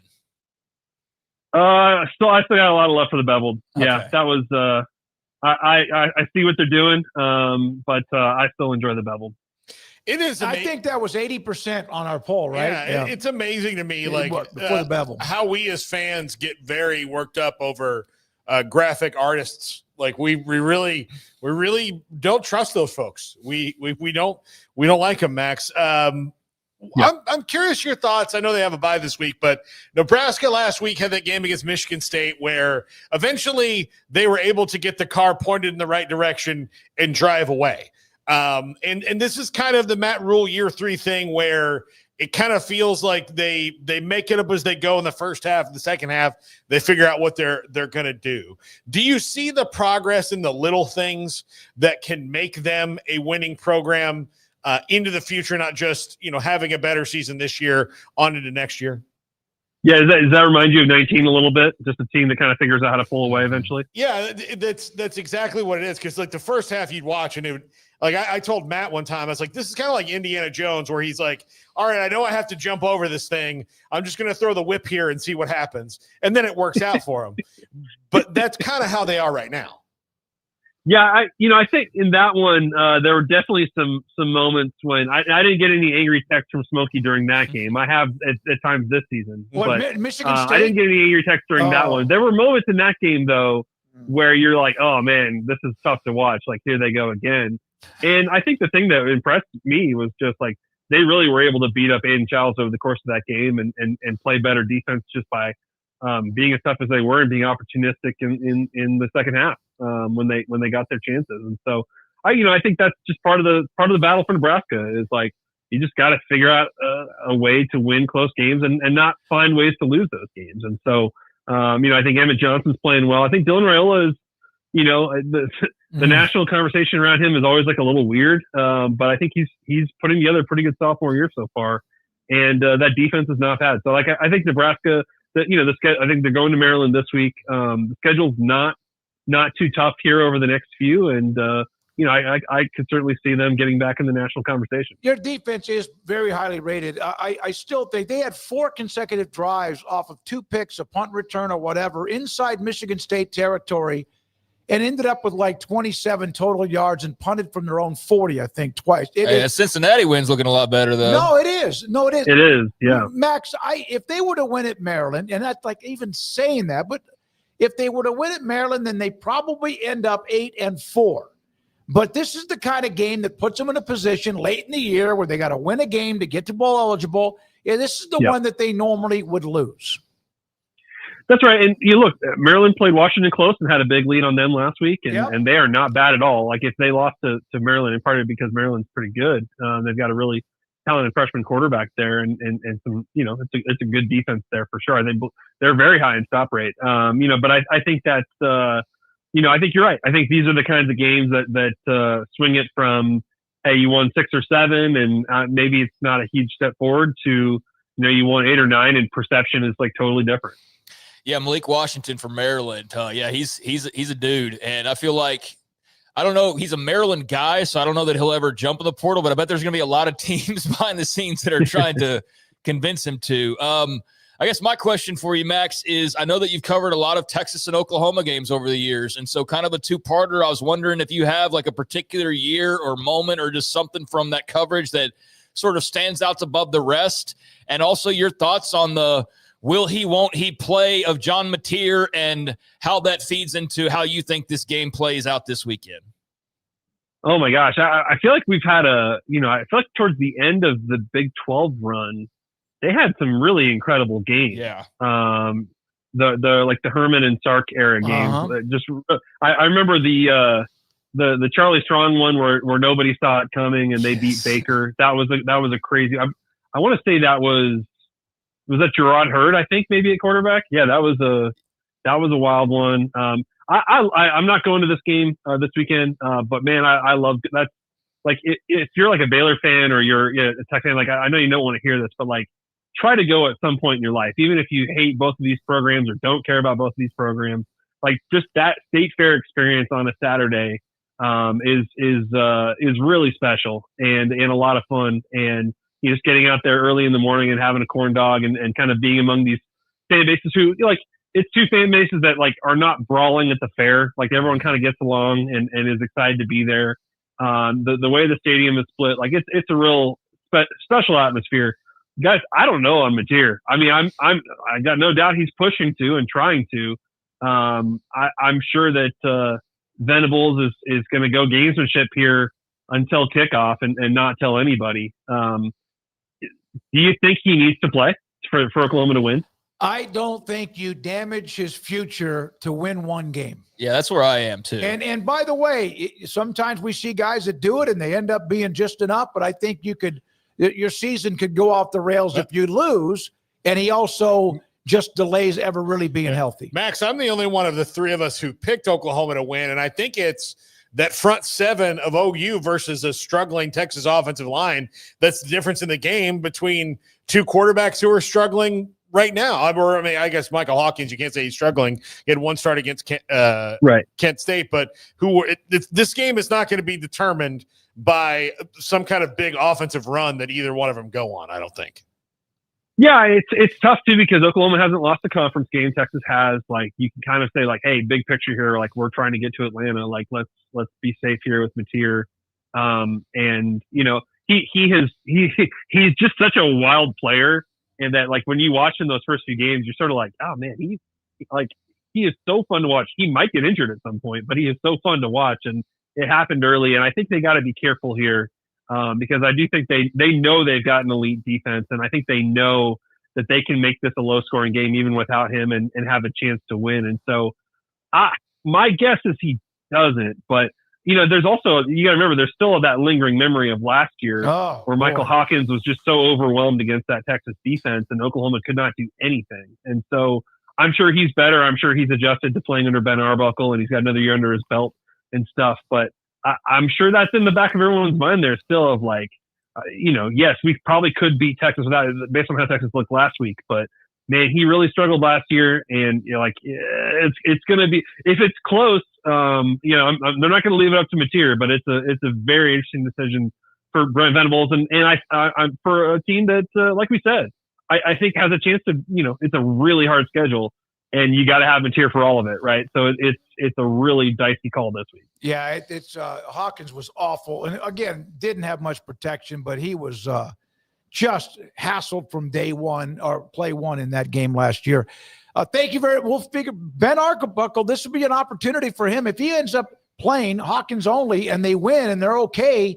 That's a hell of a nice feather in the cap of Ben Arbuckle to set up a scheme that can help him out on offense. Thank you, buddy. Appreciate it, Max. Appreciate your time. Hey, thanks, guys. Hey, quick one for you. Thoughts on Life of a Showgirl so far? What do you think? Look, I'm a fan. I'm a fan, Max. I'm a Swiftie, so I think it's good. What happened? He asked about the Taylor Swift Yeah, album. I have not listened. I cannot give any opinion on it. Get fire it up, guys. It's pretty good. Okay, Yeah. we'll do. I'm glad there's finally another one. We'll let Smokey know talk to. We'll let Smokey know who Taylor Swift is during the commercial break. He's a little tuned out. I tell you what, it's not so Smokey, much this is Travis Kelsey's fiance. Yeah, In case you haven't heard. that's who it is. Okay. yeah. Look, Max, I'll tell you this. That girl he's dating. I think it's hilarious from Travis Kelsey's perspective if you're any one of her ex-boyfriends before. Oh, yeah. Yeah. Yeah, I don't think they're stoked when they listen to Wood. I'm with you on that. Thank you, Max. Great stuff. Fantastic. Max Olson with us most Thursdays in the 4 o'clock hour. We appreciate his time. So she has a new album out? Yeah. I mean, I couldn't tell you really much of anything about it. I've seen a couple pictures from it. Couldn't tell you any details about a song title or nothing or anything. I am not anti. I'm not anything. Yeah. She has good. She's another musician to me, but she's very famous, and I understand all the appeal and everything. But I'm not in that category of really caring at all. I think some people get overwhelmed by it, like it's overmodulated. It with complaints, and we take a break for Taylor McCarr because all the pictures and shots of her in the press box when they started dating, and they got kind of worn out by that. I mean, just because you guys are not part of the Swiftie culture, it doesn't mean you need to exclude people like me who are. Yeah, that's what we're doing. I mean, we're a very tortured small group of billions of people. Yeah, I know. One of my favorite scenes from The Bear, though, did feature Taylor Swift. It featured her music. But yeah, that was one of her her impact on my life. Like that was one of the biggest moments was hearing her song in The Bear during season 2, I believe it was. But yeah, beyond that, we got to roll. We got a lot of stuff to get to. Taylor McCarr, Craig's off the radar. Much more to get to. Our Big 12 picks at 5. We always appreciate your time. We really do. If you haven't subscribed, please do. And hit the like button as well. We're right back. This is 365 Sports. Don Shumidor and Coffee Beans inside the Townwood Shopping Center, just off of Valley Mills in Richland Drive in Waco with Joshua and also Cheyenne in what they have inside of their store. I was there about a week and a half ago, walked in the door. I had a torch lighter that it was working, but it just seemed like it was a little sluggish. They cleaned it out, fixed it up, and we appreciate them. I do, for them doing that. Now, on top of that, there is an event that's coming up with Don Shumidor and Coffee Beans. In fact, they have them all the time. It is later on this evening from 5 until 8, Epic Fall Smoker with cigars from Epic Cigars and more. It'll be at their store, starts in about 35 or 40 minutes, the Epic Fall Smoker. So tell them I sent you. A 48-foot walk-in humidor. They have pipes if you want, coffee beans, fresh. They can ground them for you too. CBD products, Vita Dreams to help you at night, get to bed and fall asleep. Don Shumidor and Coffee Beans in the Townwood Shopping Center between Valley Mills and Richland Drive in Waco. Is back, and Underdog is the best place to make picks and win money all season long. Playing on Underdog is easy. Just pick whether your favorite players will go higher or lower on stats like touchdowns, receiving yards, interceptions, and more. Get your picks right and you can win up to 5,000 times your cash. You can play with as little as $1. Download the app today and sign up with promo code SPORTS365 to score $50 in bonus funds when you play your first $5. That's promo code SPORTS365. Millions of fans have already won billions making picks on Underdog. Will you be next? Underdog. Make picks. Win money. SoftwareDeals.com is here for one reason: to partner with IT professionals and provide them with fantastic software and licensing at ridiculously low prices. We don't have the overhead of a multinational, publicly traded tycoon corporation. We can afford to give those savings to you and your buyers. We know the struggles of small businesses and what it takes to stay afloat in a competitive marketplace. A leader within the industry, Respawn fuses more than 75 years of ergonomic expertise with gaming culture to create best-in-class chairs. We believe that comfort and performance should be inclusively designed into every gaming chair we create, which is why we're immersed in the gaming community. Respawn is for every gamer. Our products are for professionals and casual players and everyone in between. We don't just make good-looking gear, we bring experience. Visit respawnproducts.com today and find your chair for the next great adventure. At Prime Putt, we obsessed over every little detail, working with experts to innovate something as simple as a putting mat. We focused on the things that mattered most to golfers, wanting to lower their scores, perfect feedback, developing good form, lifetime durability. Prime Putt is a mat that will perform perfectly and last forever. PrimePutt.com. What do you want? What's that really good non-alcoholic beer I keep hearing about? Do you have that really great non-alcoholic beer that I keep seeing? You mean athletic? You're looking at it. It's athletic. Ask for it. This is 365 Sports. The 3 o'clock hour is sponsored by Waco Custom Marketplace. Meats, sweets, Texas treats, and a cut above the rest. 425 Lake Air Drive, Waco. Taylor McCarg will join us next. We'll do that when we get him. I'm not sure, but I just text him again, Garrett, on whether a cell phone or a link. You have the West Virginia tweets. Possible. I know you're juggling 3 or 4 things at once. The West Virginia, Pete Thamel initially had the story about adding 140 new athletic scholarships for the upcoming school year, including 16 football, 124 in the Olympic sports.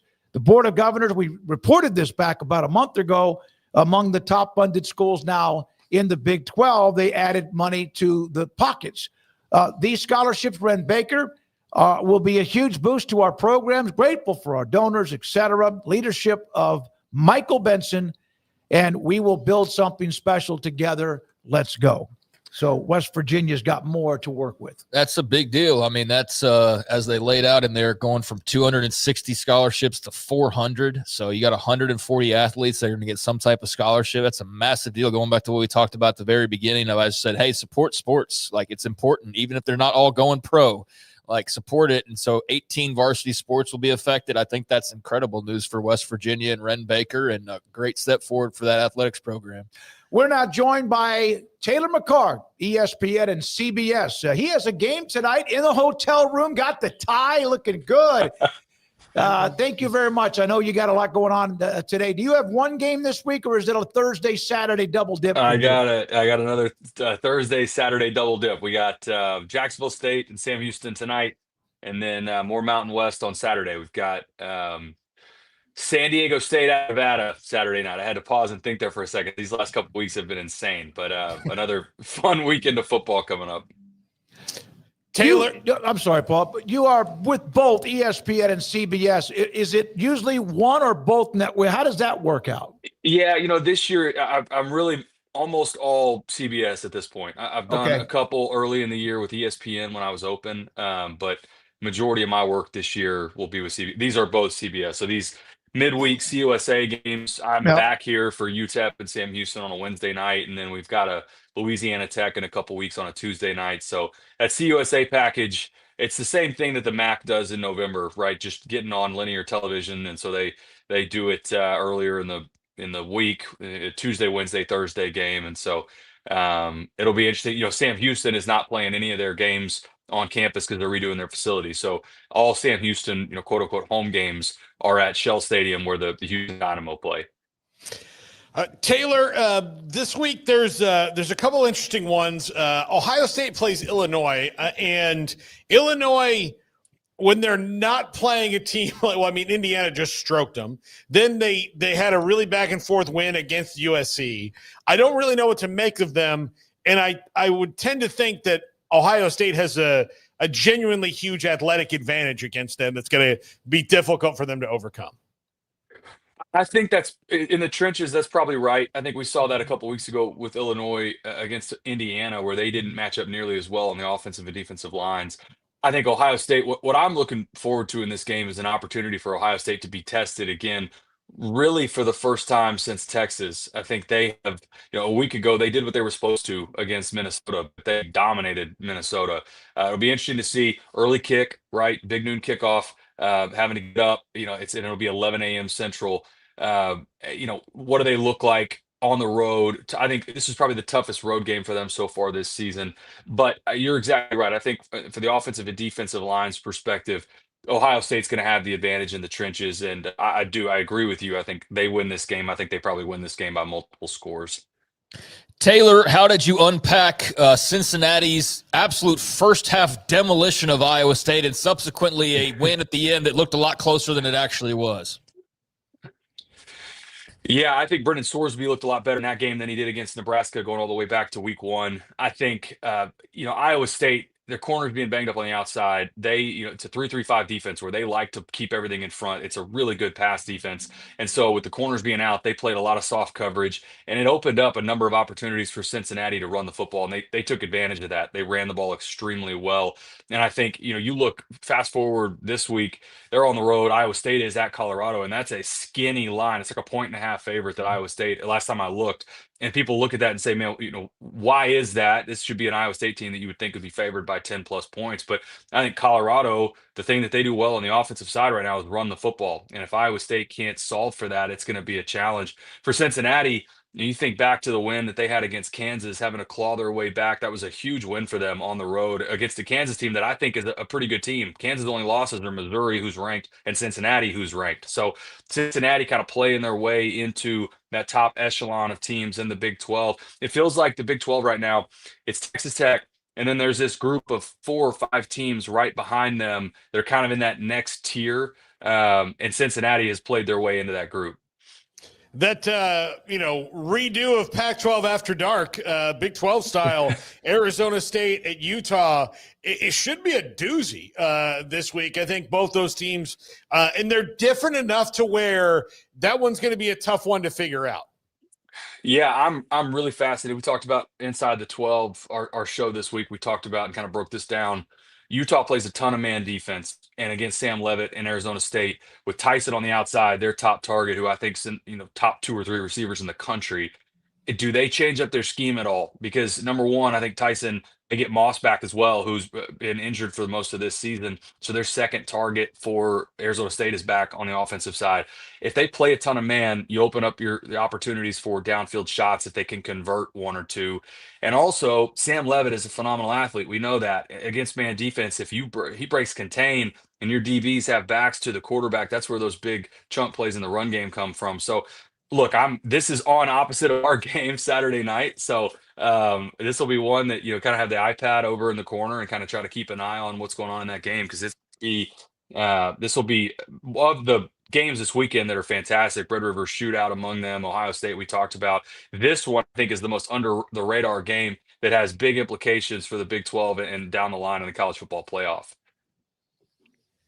Texas OU. Obviously, there's a decision to make, and it may be playing mind games. I don't know, Taylor, with Mateer. You're a quarterback. What do you think? Do you think it's possible for him to have that surgery and play 3 weeks later? I don't know what I'm talking about. I'm not a doctor, but I don't, if you told me I broke anything in my hand and I had to have it cut on and then I got to go throw 2 or 3 weeks later, I mean, John Mateer's a lot better player than I was. So, maybe it's just different for him. But no, I think it's probably extremely unlikely. If he plays, I think you're talking about, is it braced up and he's in there for some sort of run game?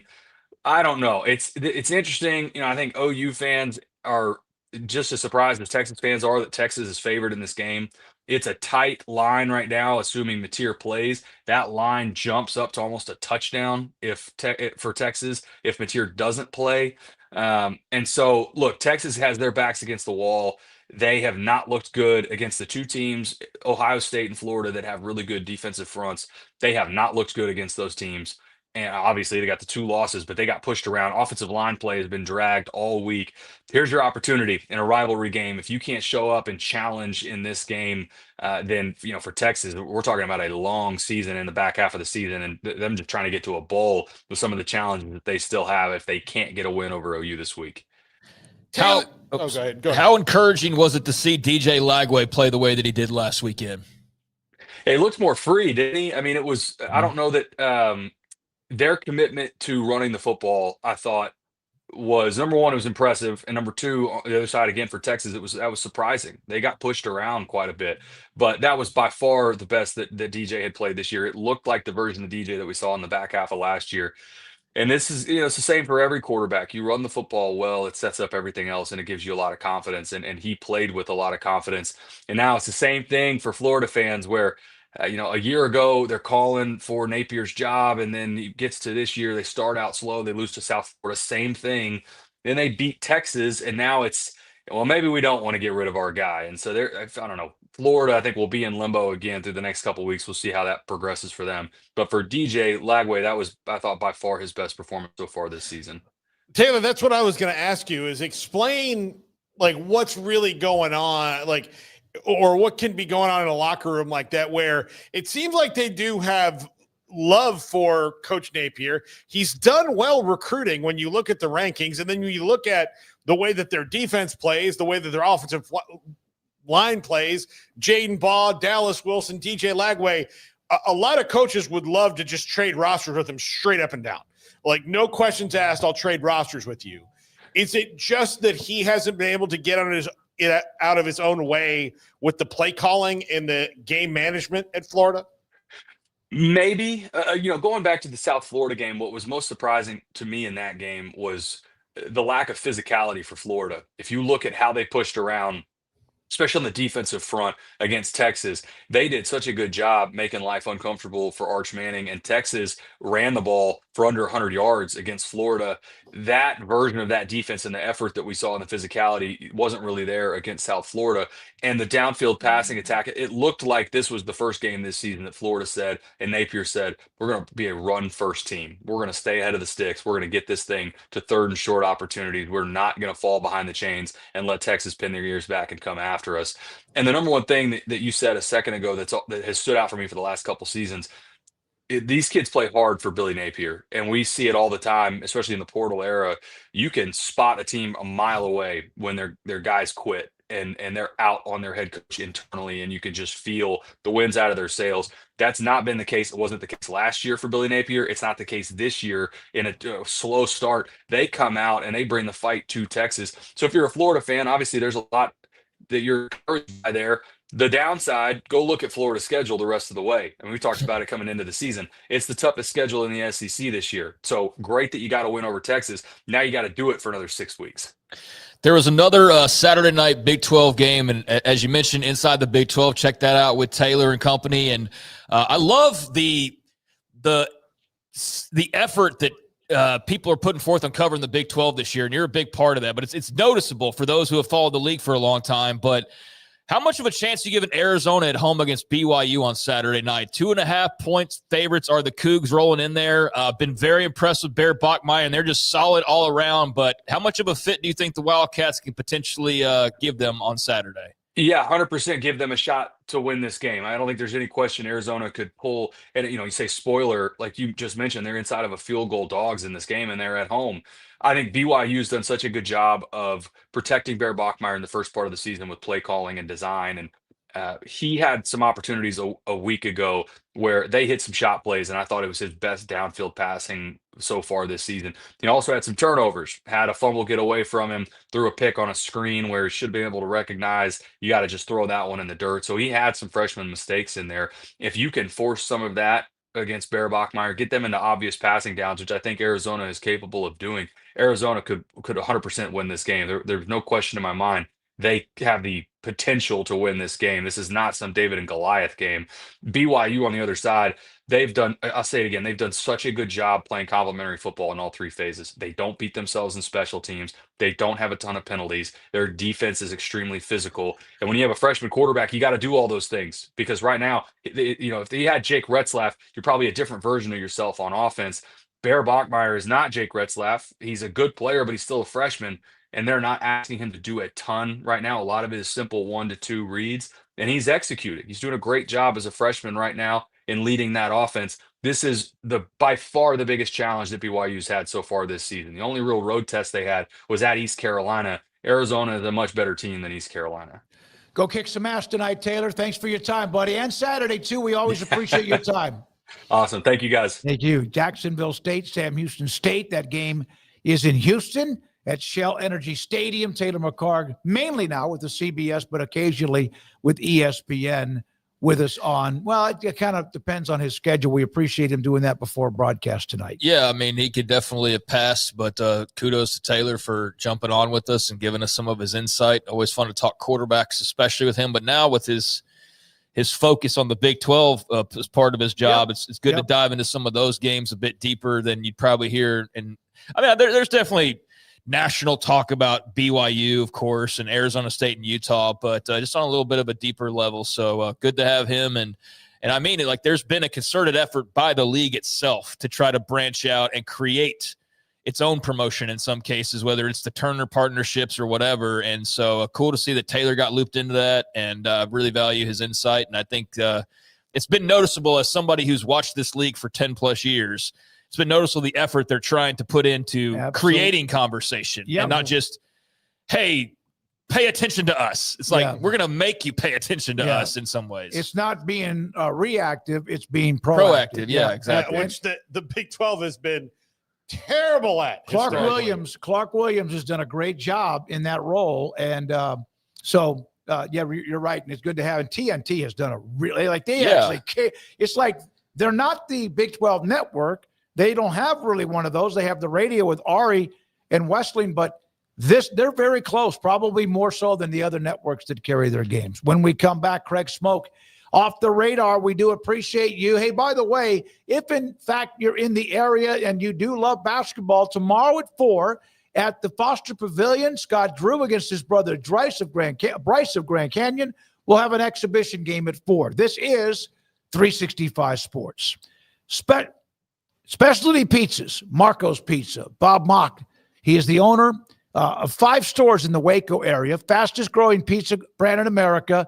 And it wasn't, I don't remember the first time Marco's actually opened the doors of a new one, but I mean, goodness, he's got 5 of them now. And it's like rapid fire. And there hasn't been one open the last couple of years because all 5 were like boom, boom, boom, boom, boom. And although always looking for another location. The specialty pizzas get next level flavors from Marco's. My favorite is the all meat. And I got an image, a picture that's from Marcos.com.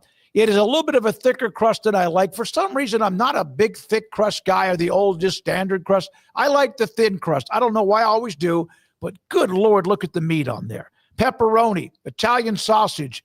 It's not Canadian bacon, but ham. It's kind of a combination of that and more. And it's loaded. And also, of course, the deluxe pizza with some veggies on the top, whether it's onion, bell peppers, mushrooms, and more. Marco's Pizza, the fastest growing pizza brand in America. Marco's Pizza, Marcos.com. Pizza lovers get it. Automatic Chef is your local vending, office coffee, and micro market provider, delivering outstanding service to break rooms all over Central Texas for over 50 years. Automatic Chef brings the best products to your location at the best prices. With hundreds of choices in fresh food, coffee, snacks, and drinks, let Automatic Chef tailor a break room solution to your needs. Make break time great again with Automatic Chef. Automatic Chef Canteen, 6900 Imperial Drive in Waco, or online at automaticchef.com.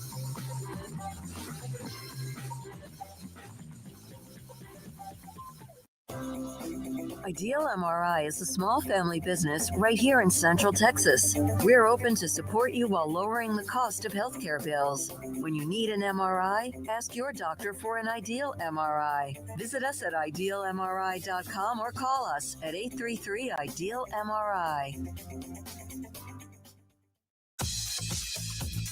Baylor Scott & White Southwest Sports Medicine and Orthopedics, the team physicians for Baylor Athletics, diagnosing and treating all sports-related injuries, including concussions. These specialists also provide orthopedic services for athletes and non-athletes alike, whether it's knee or shoulder pain, a wrist injury, orthopedic spine care, and even an arthritis and total joint clinic. Trust the doctors Baylor Athletics trust. Baylor Scott & White Southwest Sports Medicine and Orthopedics wants to get you back in the game.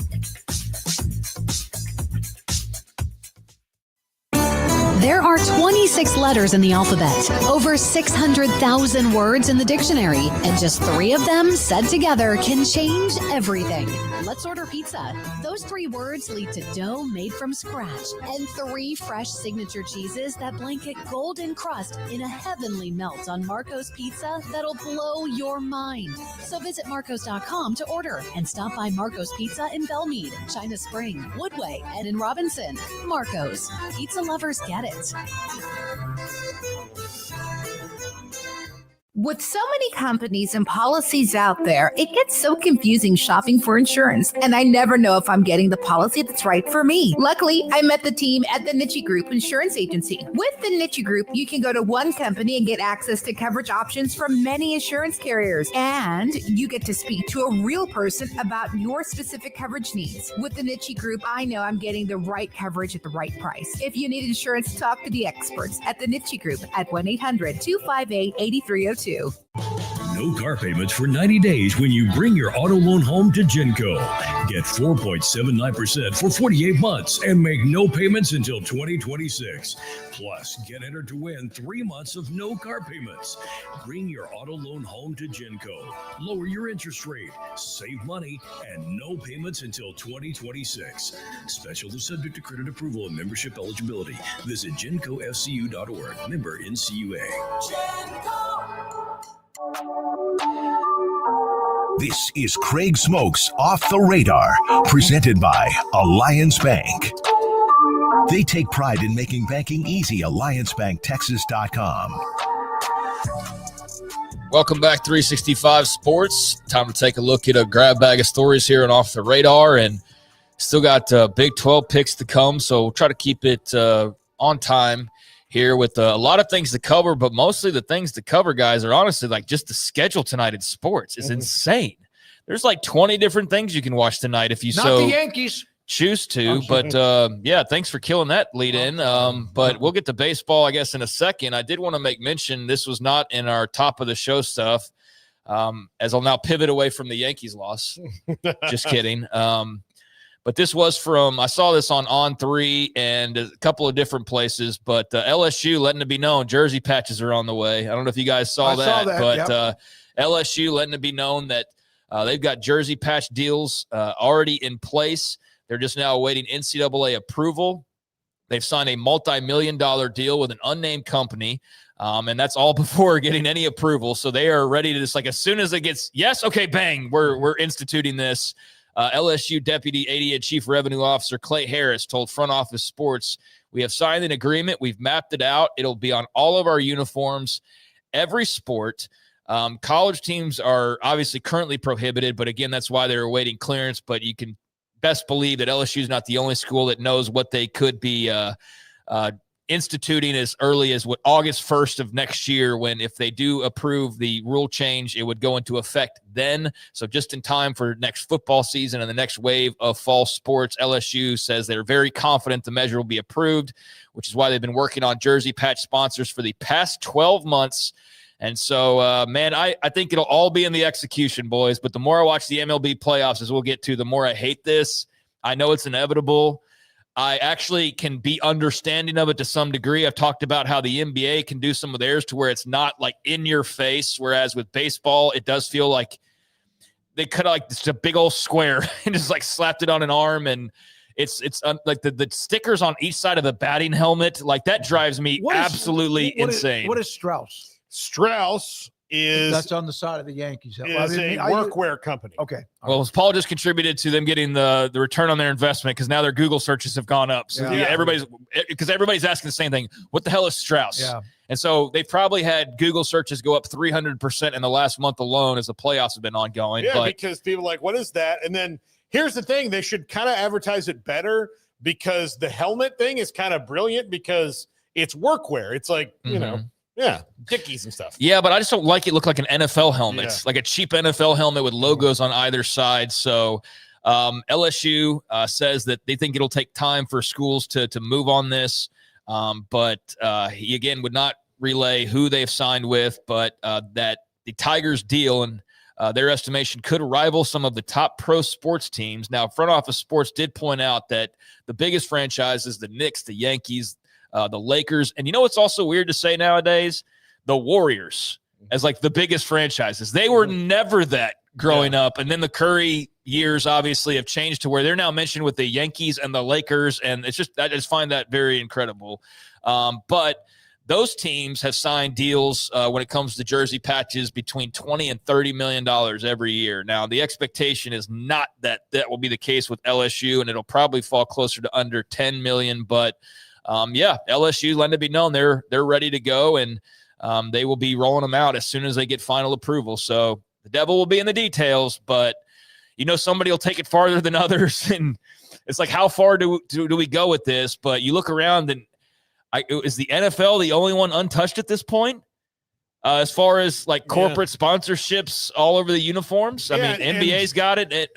And part of that's because their TV deal is so massive. Yes, they can do that. They can do that. Yeah. Yeah. So anyways, there you go. More of the slow death of college sports as we knew it for some people, for sure. And which schools will absolutely never put a patch? I think they all will. I think they're all going to. I think that, for example, Texas will do it as in clean of a manner as they possibly can, because Texas has always had an eye for the aesthetics. Yeah. So I think they'll do it to where it's quote unquote classy, but it'll be like a Dell patch or something like that. Yeah. But then there will be those who probably do like the giant Buc-ee's, kind of thing, because it gets them an extra $1 million and it's like North Texas. And they're like, whatever, we need the money. Yeah. That's what I'm wondering is, what is this going to look like? Who takes it too far? Yeah, there is a Buc-ee's like really right close. So that would actually be fitting. But yeah, do you have the giant cartoon beaver like on the shoulder patch or something? Like, I don't know where we're going to go with this. But by the way, I talked to a friend of mine today who's probably going to be highly involved in selling that Texas jersey patch, because that's what he does for them. Okay. Oh, that's right. There you go. So, I talked to a friend of mine. Yeah. So they're going to sell jersey patches? I mean, like, I didn't ask him about it at all. Just knowing that, like, that's what he does, I'm pretty sure that, in that, look, if you're in sales for a Learfield IMG or Playfly or one of these companies, jersey patches is going to be one of the biggest. Like, they're probably excited about it, because that's going to be a nice commish for them right there, because that is something that they're going to go in and, like, there's a lot of things you can sell that they're excited about, like the official car dealer of whatever athletics and this and the stadium sign.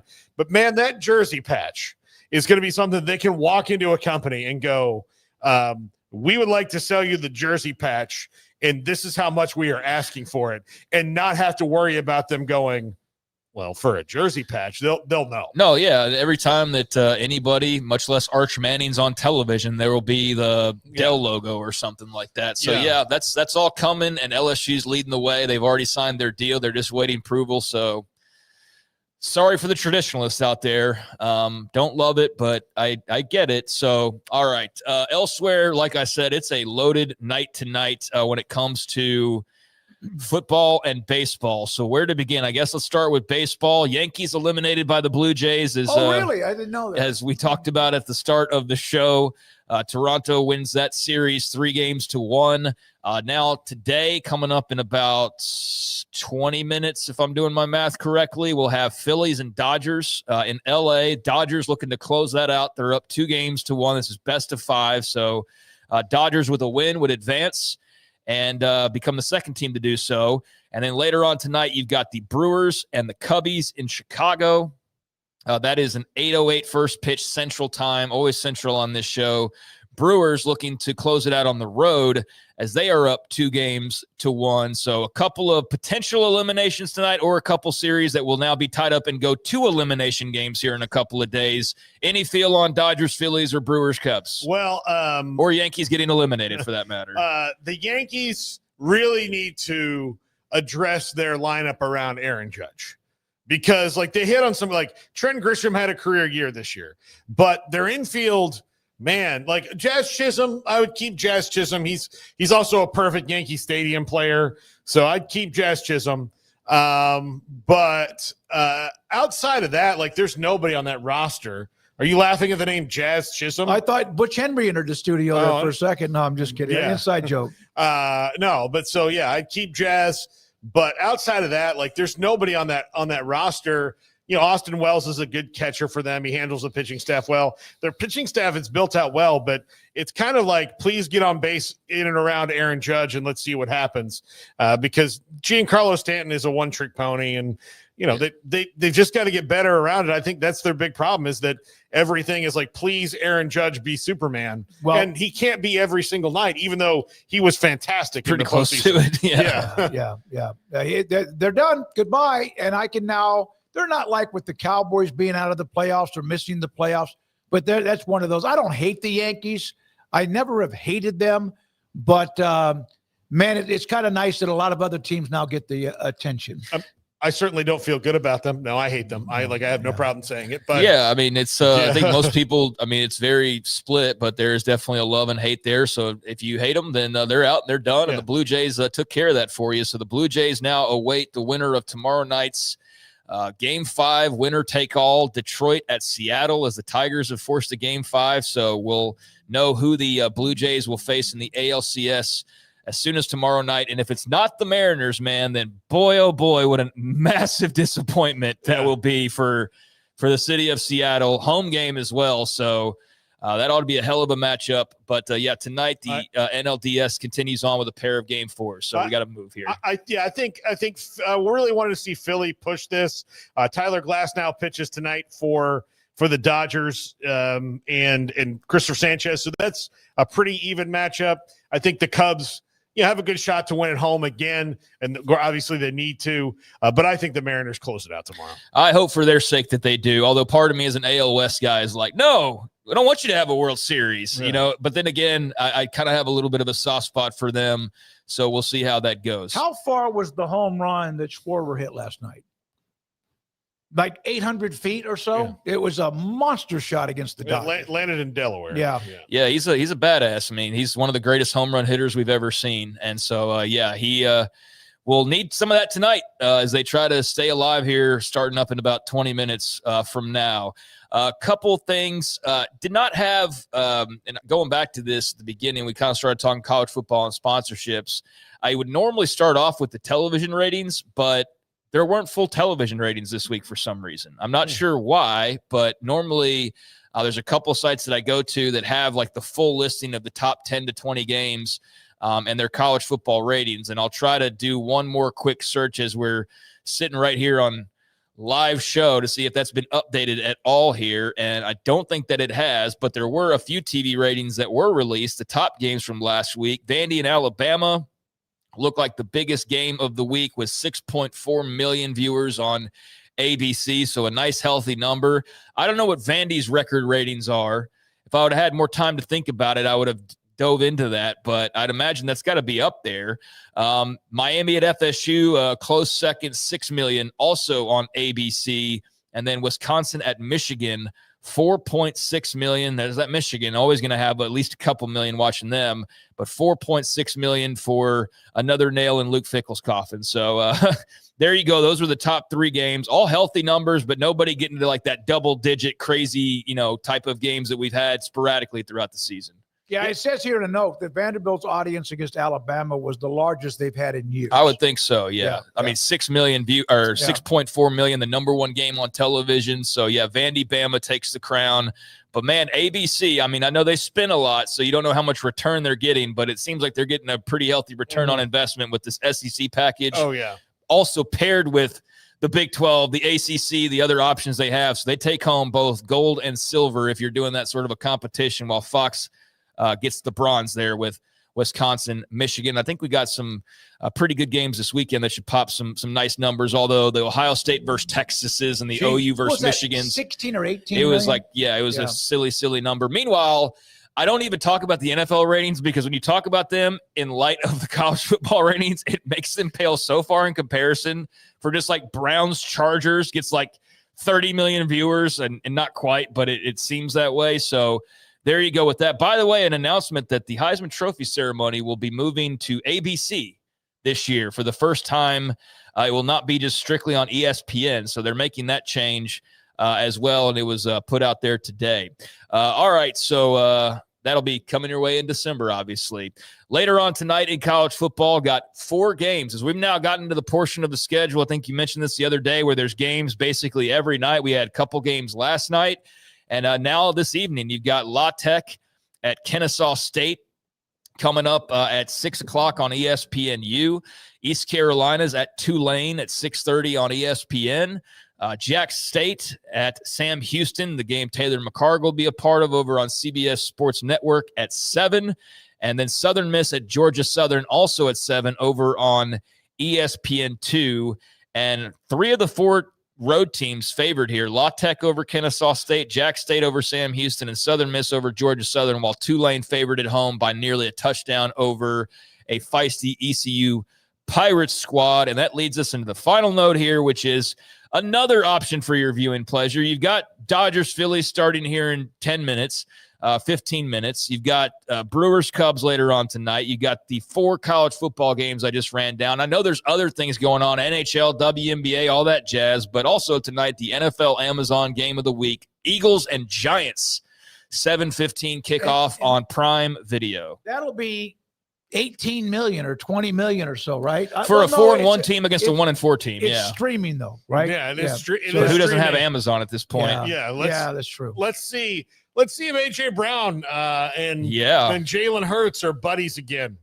That's what people will be looking for, more so than probably a competitive game, honestly. If you have AJ Brown on your fantasy team, who's been squarely on the bench for the last 2 weeks, like that's the most interested I am, even though like that's 2 teams in the Cowboys division. But if that was a Cowboys, there you go. There you go. If that was the Cowboys quarterback receiver situation, it would be the lead on everybody.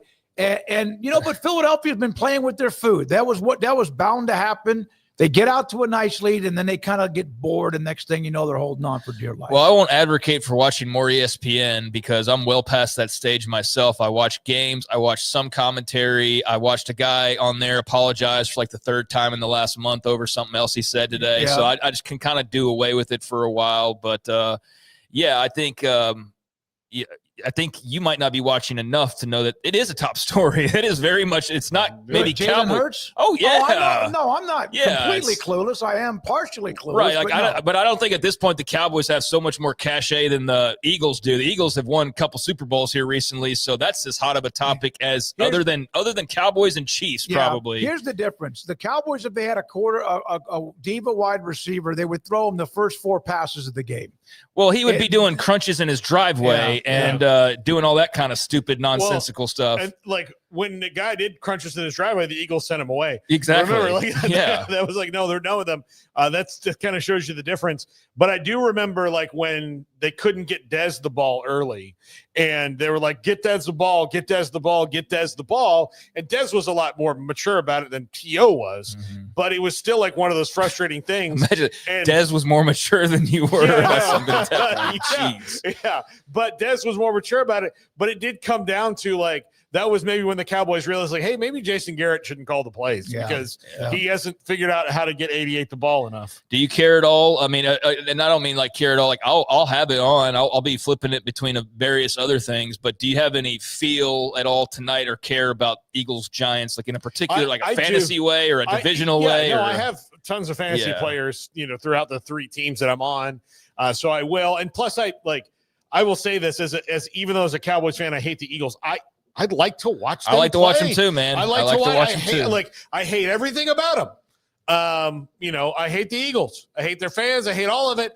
But then but I respect the hell out of the way they do things. It does feel like though they're at the point of success where now people are looking to create some problems. And when there is a problem that's not even be created, like this Jalen Hurts and AJ Brown situation, where it'll be very interesting to see how they handle this. Because the moment they lose another game or AJ Brown doesn't get this many targets or what, like it's not going to go away. Mm-hmm. So, I mean, it can if you just keep winning and go about your business. But yeah, they have not shown many weaknesses in their armor.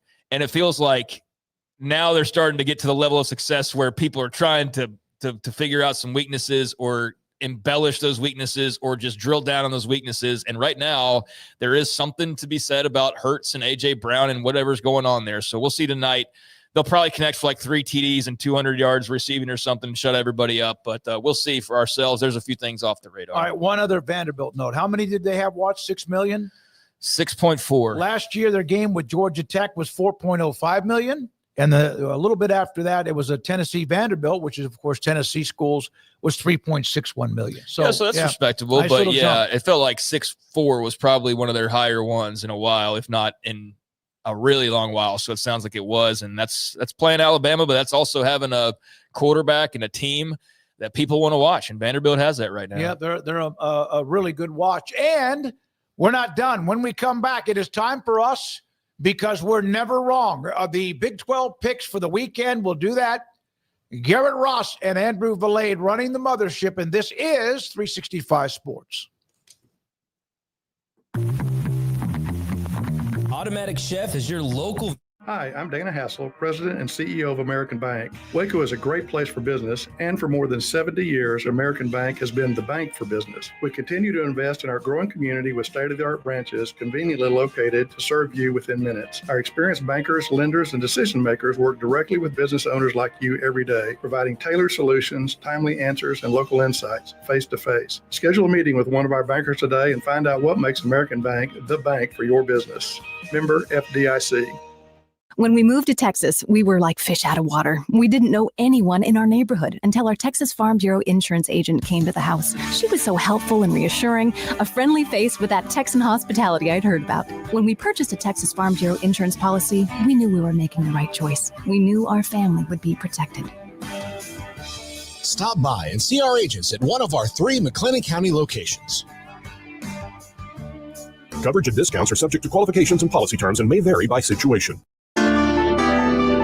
Edward Jones Financial Advisors Ben Erlinson, Brad Wilson, and Cam Heathcott understand these are difficult and changing times we live in, but they know how important your financial investments are to you. So is your financial advisor staying in touch with you and helping you navigate today's financial climate? Invest with Edward Jones Financial Advisors Ben Erlinson, Brad Wilson, and Cam Heathcott, who invest their time and experience back to you and your money. And like coaching athletes, investing money is about time, patience, and encouragement. Contact Ben Erlinson at 254-759-8533.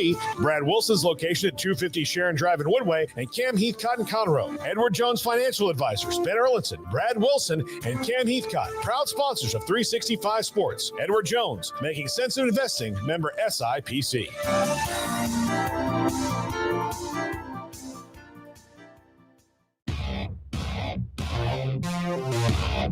This is 365 Sports.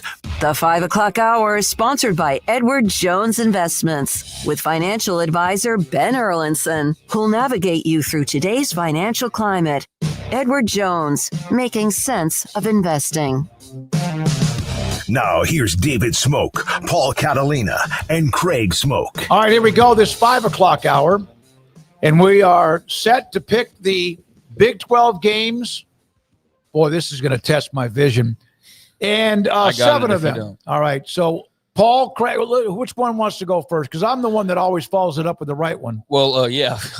Yeah, we aren't like keeping super close track of this. This is as much an opportunity to give our opinion on who wins these games, but also cover every game, because we don't just sit there and like ride the winning teams 24/7. We want to cover the whole league and give everybody a little bit of time. So this is a way to do that and look at every single game each weekend. All right. So let's start off with the first game up on the docket. No Friday game. So got a pair of 11 a.m.s, and we'll start off with game down up in Cincinnati, Ohio. The Bearcats now 4-1, fresh off the big win over Iowa State. 10.5-point favorites at Nippert against 3-2 UCF, who is looking for their first Big 12 win. 11 o'clock kick on FS1. Paul, who do you have in this game? I got Cincinnati big in this one. I think that they're rolling along really, really well, and there's no reason to think that. I'm curious to see what the quarterback situation is at UCF with Taven Jackson getting hurt again and Cam Fancher having to come in at the end of last week's game. So we'll see. UCF is a little further along than I thought they would be. But they clearly have good locker room vibes going on there. But Cincinnati, if you want to talk about good locker room vibes, they've got fantastic locker room vibes right now. Yeah, they seem to be rolling along pretty well. Big win last week, boost them up. They play tough at home. And I think UCF with the quarterback uncertainty, it's not even like, even if both guys were healthy or all three they started the year off with, we had Ja'Cory Brown and Taven Jackson and Cam Fancher and all these guys, and they were all 100%. Give me Brendan Sorsby 10 times out of 10, twice on Sunday. Yeah. He's the driving force here, but I think Cincinnati, as I've said many times now, is a good all-around team. He's got good weapons around him, better than I thought during the offseason. And a really solid defense as well that holds up its end of the bargain. So I'm taking Cincinnati to keep it rolling. Smokey, what do you have here? I'm not even. I always like I don't gamble because I don't know if I can. I don't know if it's legal for me to do that. I don't think it is in Texas, but maybe I can. But Cincinnati's a 10.5 point pick. Depends on what you do, by the way. There's certain things Are you doing daily fantasy, or are you doing like straight up like put me on the money line? Remember, you got me on FanDuel.com when it first came out. You can do that. Okay. Yeah. All right. But actually betting on this game, I can't do that with underdog? You could do high or lower on underdog. Oh, okay. So, yeah, there's certain things. All right, okay. I'm taking Cincinnati. All right, so we're all in favor of Cincinnati keeping it rolling and moving to 5-1, and if so, that would put them at 3-0 in the Big 12. So right there at the top of the heap with just half of a season to play, and that would bury UCF at 0-3 in the Big 12. So I do like where UCF is going, though. I want to make that very clear. I had my reservations about Scott Frost and just didn't really know what to think at Big 12 media days. But I do see that there's a vision there, and I think if you give it some time, it's already maybe off to a better start than you thought, but a lot of work to do, clearly. It's a situation that's moving forward, though, not backwards, unlike the situation in Chapel Hill. 11 a.m. as well, TNT, also HBO Max. You've got Oklahoma State, 1-4, 0-2 in the Big 12, hosting 4-1, 1-1 in the Big 12. Houston Cougars, the road team, and not even with a prolific offense by any means whatsoever, 14.5 point favorites. That might be tempting, and I'm not a gambler by any means, but that speaks to Oklahoma State more than anything else and kind of where they find themselves. So the Cowboys at home, double touchdown plus underdogs versus Willie Fritz and the Cougs coming off of their loss last week to Tech. Okay, who is going to take the first snap at quarterback for Oklahoma State? It's going to be a Wildcat. That's as good of might as well. Hell, why not? As any, because all the injuries they have there. So yeah, that's why this line is so big. So yeah, Sam Jackson and the Wildcat. Yeah, I'll take Houston here. That might work for a minute, but again, there's not just a chalk ton of talent on Oklahoma State. Right. Houston's got better players right now. And some of it's already been going into the portal here over the last few days. So yeah, I don't know, like that. And this is why I don't gamble, because I'm a total just dunce when it comes to it all, but 14.5 is a lot of points. And then again, Oklahoma State's really bad. So that's where you find yourself like torn, I suppose. I'm glad that I don't gamble and don't have to worry about those things, but I could see where that might be appealing because Houston doesn't score a lot of points, man. Like, is Wegman playing? Do we know, Garrett? He was trending. That's right. He's trending. There's no point in rushing him out there for this game. Let Agreed. Deion Chris come, cook, get the dub, and then move on. I don't expect him to play, but just up in the air. But you know, when you struggle to score, and Deion Chris can give them a little bit at the same time, it's one of those you go up there, you don't think about it, you're not focused, and you play like crap, and you're down by 6 in the third quarter. Deion Chris can turn the ball over, and that's where you can find yourself in a little bit of trouble. All right, so we're going Houston there on the road.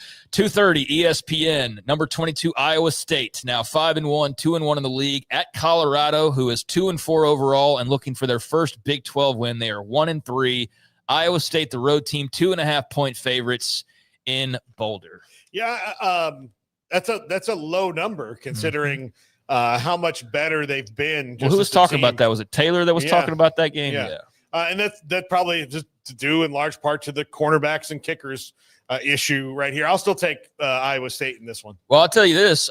Taylor's been watching Colorado, and I commend him for that because I don't think everybody else is if there's talking about how Colorado still can't run the football, because they can run the football. And they're very sketchy in some other places. But, I think this is definitely a trap game for Iowa State. That maybe trap game's not the right word for it. But it definitely feels like they could be walking into another loss if they're not careful. I'll put it that way. I will give the benefit of the doubt, which doesn't always go my way, but I will give it to Iowa State in this situation, coming off of a loss. And I think they know, like, this is an important game because you could find yourself really sliding if you lose a couple back-to-back in the conference. So I'll take them, but I am not at all going to be surprised if Colorado pulls off. I mean, they nearly beat BYU at home here recently. They have flirted with leading. They have. Houston They're not terrible. Yeah. They're not terrible. They're mistake prone enough and not good enough in some areas to be a middle of the road team, like a lot of other Big 12 teams, which means you can win each game, you could lose each game, and so either's on the table very much so in this one. The number went from 4.5 to 2.5 for Iowa State, which I'm taking the Cyclones. I'll take Iowa State only because of just the way they are. That what happened in the first half with Cincinnati was more about Cincinnati. I think that just the way the program is built, they won't get too high or too low. Although that was low last week, I think they win on the road. All right, got 4 more, so we'll roll through this pretty quick. 2:30 on Fox. TCU at Kansas State. TCU 4-1, 1-1 in the Big 12. K-State 2-4, 1-2. TCU 1.5-point favorites in Manhattan. You know, this game's a lot closer by Vegas than I thought it would be. TCU is not as good as some people are saying, is what I would say to that. And I think Kansas State had a really good showing last week that is encouraging. So I think that those two combinations of things lead you to having a game that is another Big 12 toss-up. I think TCU is a better team so far from what we've seen than Kansas State. But I don't think it's just obvious that, this is a win for the Frogs by any means. No, I'll take them to win this game, but I am very back and forth on it. I agree with you. I think they're going to win the game. And the only reason I think they're going to win the game is because the way Kansas State is going right now, it seems like they will find a way to not win it more than TCU will find a way to win it. I don't want to take anything away from Baylor last week, but Kansas State got a field goal blocked, and that was kind of a little bit of Baylor found a way to win it. Right before that. Yeah, they threw a pick six right before it. They could have had Baylor on the sidelines going, how the hell did this happen at home? Instead, they get out by the hair of their chinny chin chin. So K-State's won 3 of the last 4, but this is different. This is a different K-State. I don't think things are right now. So until the vibes change a little bit, I got to go with TCU here. Now, granted, we're picking all favorites at this point, but we're giving our opinion. So 6:30 on Fox. I don't know if they played in 22 when TCU had their special run, but Kansas State has mauled TCU over the last 4 games. They played the championship. I am going to take championship game. I'm going to take Chris Kleiman and the Wildcats to just kind of find a way. Fair enough. I'm rolling with Hoover and McAllister and Kendall Briles. I think has been calling some good games, especially last week. Got some praise from Sonny Dykes for what they did. But give me TCU. But total coin flip game here. All right, rolling down the stretch. 6:30 Fox, Kansas at number 9, Texas Tech in Lubbock. Red Raiders are 14.5-point favorites. I think Kansas can make this interesting, but I'm going with Texas Tech here. If this game were in Lawrence, I'd still probably pick Texas Tech, but I'd be far more inclined to look at the other side of the coin. But in Lubbock, I don't think a lot of teams are going to be good enough to roll in there and beat them on a Saturday night, much less. So, give me the Red Raiders going ahead and clinching bowl eligibility and moving to 3-0 in the league. Yeah, when this game popped up this week, like I said it a couple times, Jalen Daniels is going to have to paint his opus. Mm-hmm. He's going to have his best game. No turnovers. No turnovers. Yeah. Like the running backs have to have great games. The wide receivers have to have great games. The defense has to get stops that they haven't gotten all year in key spots. I think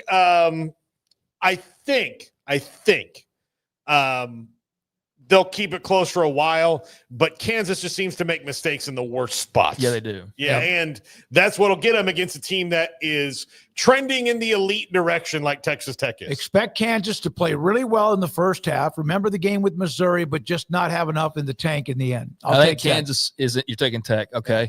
I think Kansas is one of those right below the upper tier. Now we had, who was it? Was it Taylor that said, or Max that said, I got Texas Tech by themselves, and then the tier below that, I think that was Taylor. Okay, Taylor. Well, I've just had Tech in that group with Arizona State, Utah, and a couple of others. TCU has been kind of in and out of that, but I do think Emmanuel Henderson's one of the best players that Texas Tech has faced up to this point. So Him and Jalen Daniels, I think they can make some waves, but I'm still going to stick with the Red Raiders. All right, 2 more less. 7 p.m. ESPN2 on Saturday night. These next two, these are the big, could there be upsets that kind of up in the apple cart type of games. Number 18, BYU, 5-0, 2-0 in the league. At Arizona, 4-1, 1-1 in the league. BYU on the road, 2.5-point favorites, 7 p.m. ESPN2. I'm still going with BYU because, man, I'm telling you, I've watched them a lot this year, and I'm just so impressed by how well-rounded they are, and I'm very impressed by Bear Bachmeier's poise. Now, I also don't feel like they've really been – they were tested by Colorado, but I don't feel like they've really been in a dogfight for like 4 quarters. And I know that probably doesn't make sense because that Colorado game was so close, but I just think that Arizona's got the goods to be able to make this very interesting, especially when they don't have the backing of that home crowd, which is like probably worth a touchdown by itself up there in Provo. So 2.5-point favorites as road team. But I'll go with them. But this game's in Arizona, isn't he? Yeah, that's what the BYU. Okay, I'm sorry. I thought you said Provo. Yeah, I'm sorry. I'm saying they are probably worth another touchdown when they play in Provo, but they're not playing in Provo. I'm with you, Craig. Bear Bachmeier's a lot cleaner than most true freshmen should be. Although, like, he's not clean, but he's really impressive. And the defense, the special teams, they do all the little things well. And I think that's where they're going to win this game is just the little things. Arizona will probably, avail themselves well. I've been impressed by what Brent Brennan's done in year 2 there. But bottom line is here, BYU's just they're so clean all across the board. Well, I will say, except for some turnovers. Yeah, I was going to say, except for a bunch of turnovers last week that were not very clean. And if there's anything Kalani Sitake was complaining about after the game, it was what they were not clean enough in a game that they won. But again, as we talked about on Monday, it was a game where you're glad you won it, and then you have things you can go point to and teach on. So that was like a benefit in a way that you weren't satisfied by that win by any means. But this will be a challenge for them. BYU thumped them last year in Provo, 41-19. I'm taking BYU. All right, finally, 9:15 ESPN. Number 21, Arizona State, 4-1, 2-0 in the league. At Utah, 4-1, 1-1 in the league after that loss to Texas Tech. The Utes, 5.5-point favorites at home in Salt Lake City. And that's gone up from 1.5. Like, that's a big jump. So I don't feel great about picking all favorites, but I also think home field matters when you have a lot of teams where not much splits them. Yeah. So I know that goes against picking BYU to win on the road or TCU to win on the road or Iowa State to win on the road. But I do think it'll factor in here immensely in being in Salt Lake. And I think Arizona State's played with fire quite a bit already, which as a Sun Devil is your natural element. So not a big deal. But I do feel like they played with some losses and gotten away with it, except for against Mississippi State, obviously. That line says something to me. I'm going Utah here in this game. I think defensively, they're obviously very, very good, but offensively, I think they're going to be able to get some points on the board against Arizona State, who does have a really good defense. But I just forget predictions for a second, okay? We kind of fall into this. I'm just looking forward to this game. Mm-hmm. Just watching it, regardless of what happens or if I'm right or wrong on it. I cannot wait to see this game because I have so many questions about both teams, and I love that we get to watch answers? this. We may get answers, or we might get more questions after this. But I think this could be a hell of a game. I'm glad it's a late night game where it's probably not much else to keep me preoccupied. I'm going with the Utes. Wow. I'm going to go with the Utes. Yeah. Last year, 27-19 Sun Devils. And they have dominated the series between those, but it dates back from many years ago. And this also isn't hey, we've had players on the roster for 5 straight years all playing each other. This is the portal era. So what happened last year may not mean jack squat when it comes to this year, but who are you taking? Utah had won 4 straight prior to that. Golly.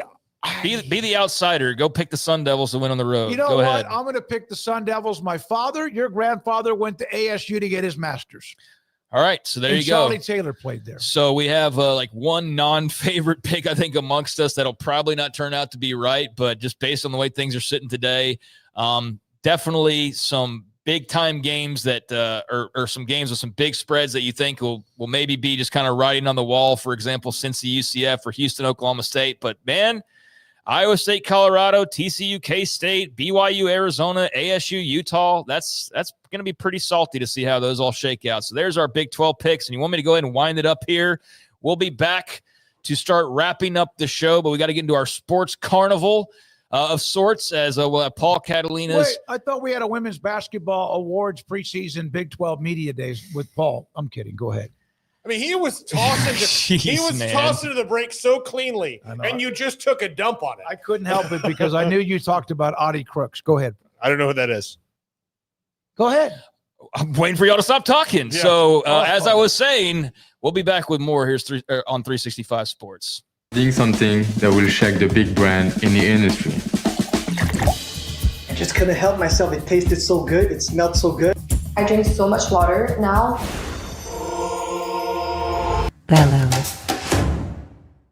Number 1, the best bang for your buck. Number 2, we put out educational content. Number 3, our customer service and sales team. Number 4, we work to ship all orders out same or next day. Number 5, reviews. Let the games begin. You know, we set out to design a cap that could represent Boston.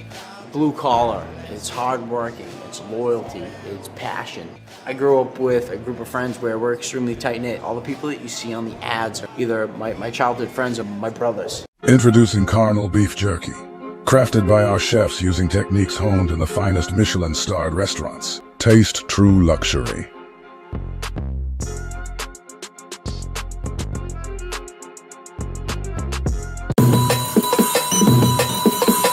Extended vehicle warranties. Warranty providers have introduced a waiting period. This waiting period lasts for 30 days or 1,000 miles. Sign up on Chase today. Overwhelmed by your inbox? Clean Email is here to help. Organize, clean, and manage your emails with powerful automation tools. Say goodbye to spam and clutter and enjoy a stress-free inbox. Try Clean Email today at cleanemail.com. This is Paul Catalina's Top 5. Welcome into Paul Catalina's Top 5. I am Paul Catalina here on 365 Sports. And let's go through my top 5 Heisman candidates right now. Brought to you by Flag and Anthem. Go to our website, 365sportsdeals.com, and you can find that Flag and Anthem ad there. Or just go right to flagandanthem.com and use our promo code 365sports. Number 5. Ty Simpson at Alabama just threw his first interception last week. Had a rough game to start, but since then he's been probably the most prolific quarterback in the country in that stretch, and hasn't had much of a running game to speak of. He's put Alabama on his back. That's going to get you noticed. And when you watch this guy play, he is an absolute dog. He is a competitor upon a competitor upon a competitor. And you should not sleep on the possibility of him winding up in New York City in December. Number 4, Ahmad Hardy at Mizzou. The only non-QB on the list right now. Need some receivers and some other people maybe to get some more stats and start to be a little bit more dominant before we throw them in there. But this guy has been dominant. Absolutely tearing everybody up for the Mizzou Tigers. What a transfer portal addition that they roped out of Louisiana Monroe. Ahmad Hardy has been great in Columbia and is the best running back in the SEC. If that doesn't get you invited to New York, I don't know what the standards are anymore. Usually the best running back in the SEC gets to go. And if that doesn't happen, it means it's a really crap year for running backs. And this guy is having a great one. Number 3, Fernando Mendoza from Indiana has done nothing but win since he got to the Hoosiers. Kurt Signetti continues to go up, up, up. This weekend, a big matchup against Oregon and another guy on this list. But I don't think he's going to go away even if they do lose to Oregon this weekend. This is a really interesting player that people need to watch and is creeping up some draft boards as we speak as well. Number 2, and yes, this one does come with an asterisk, John Mateer of Oklahoma. Should he play against Texas this weekend and win, he'll shoot up to number 1. But since he's been out the last couple weeks, although he's only missed one game so far and could be out for a couple weeks more, it's going to make it a little harder for him to get there. But if the Sooners can navigate him being gone for maybe just one more game and he comes back and continues to do what he was doing before, he will likely be the Heisman favorite. But right now, I think the Heisman favorite is this guy, Dante Moore from Oregon. He has been everything is advertised. And the other day I talked about him, and he's kind of the model for what the transfer portal should be for 5-star guys who wind up in the wrong spot. Go find a place where you're going to get coached up, where he certainly has, and go there. And you've seen him win and win and win and look perfect in that system in Oregon. And we'll see how he does against Indiana this weekend. If he pulls that off, he will probably be the Vegas favorite as well as we head down the stretch of the college football season here at the halfway point. That's going to do it for us. The Carnival comes up now. All right, it is. It's time. And so, Paul, you're the one that I guess has turf war on the wheel. Creepy carnival clown music. Can you kind of turn it where we can actually see what the answers are? Or I don't think it matters. Doesn't matter because I'm going to tell you. I'm not making up. I'm not like, it's not Andrew going, who's your favorite baseball player? And me going like, hey, have you ever killed a guy? Yeah. Like, no, Kurt Flood. Okay. All right. Oh, that was. I think we might have to adjust the little red thing. Yeah, the flipper's not. Yeah. I've got extras. Which one? The flipper. Okay. Which national park would be the best backdrop for a college football game? Oh my gosh. That's something I know. I've never actually thought about. That's a great. Did you make that up, Andrew? That's got to be Andrew. Yeah. Yeah. Oh, the Grand Canyon. That would actually be my least choice. Can you? Have you ever been there? I've been over it. It is. I've flown over. Just it. Yeah, amazing. but what? But how do you see the Grand Canyon? You could have a football stadium that's like airlifted into there. Is it in the water? Like, I mean, like, how would you see it's on it? stilts from 100 feet up. Yeah, but then you're above the to canyon, me, not in the you canyon. said backdrop. Yeah. I didn't tell you. You didn't tell me I had to construct a stadium, but as a backdrop, to me, I don't know if you could do anything better than that. Well, I would Niagara say Falls would be the other one. Well, actually, that one wouldn't be bad. Just be loud. Let's just be loud. I would say Yellowstone. That's a good one too, Yellowstone, Paul. yeah. I'm so proud of you. Yeah, I mean, I've never been there either, but I've always wanted to go, but I don't have an outdoorsy wife, so I think that opportunity is going to pass me by. Yeah, yeah. Well, every game should be in the Rose Bowl. That's what I feel like. But no, I mean, I'm not very well versed on national parks, so I'm probably not the best to answer this. But yeah, there's a lot of cool. I mean, there could be some very cool backdrops. I do think that Yellowstone's just like the logical choice. And the Grand Canyon, I don't feel like we'd see the Grand Canyon because it would be like outside. Like, there's not a backdrop. I guess maybe I just don't know enough about it where you could do that. But yeah, I don't have a great answer for this one, so I'll just go Yellowstone by default. Yeah. The Grand Canyon, you're right, but it's so spacious. I think you could see it without any question. What do we see? What they say in the chat? Sometimes we get that. Yellowstone, Yosemite, Glacier National Park. See, I was trying to think of like maybe Glacier National Park. That'd be pretty cool. Yeah. All right. Okay. Okay. First trivia question, Andrew or Garrett. Sorry. All right. First of. This NFL team benefited from one of the most famous and controversial plays in league history, known as the Immaculate Reception. Look, we don't even need to do this. Is the Steelers? Yes, Franco Harris and the Steelers. Yes, we've interviewed the late great Franco Harris several times. We have. Yeah, as a matter of fact, we interviewed him in Miami. I think the year before he passed away. He passed away. He was a fantastic interview. He was a fantastic guy. Like, I did not like him when he played. The Penn State guy, I didn't like him because the Steelers were the dominant team. I just didn't like them, but he was a great player. But yeah, and underrated in some cases. My dad was the same way because he was a lifelong Cowboys fan. But when we had guys like Rocky Blyer and anybody from those old Steelers teams, he would get so excited. He called. Lynn Swan. I remember we had him on in like Indianapolis or something, and my phone rang like during the show, and he's like, "Franco Harris." Yeah, I was like, "Yeah, yeah, unbelievable." Well, because he was Italian. Franco Harris was Italian, and that occurred after a throw down the field with a collision.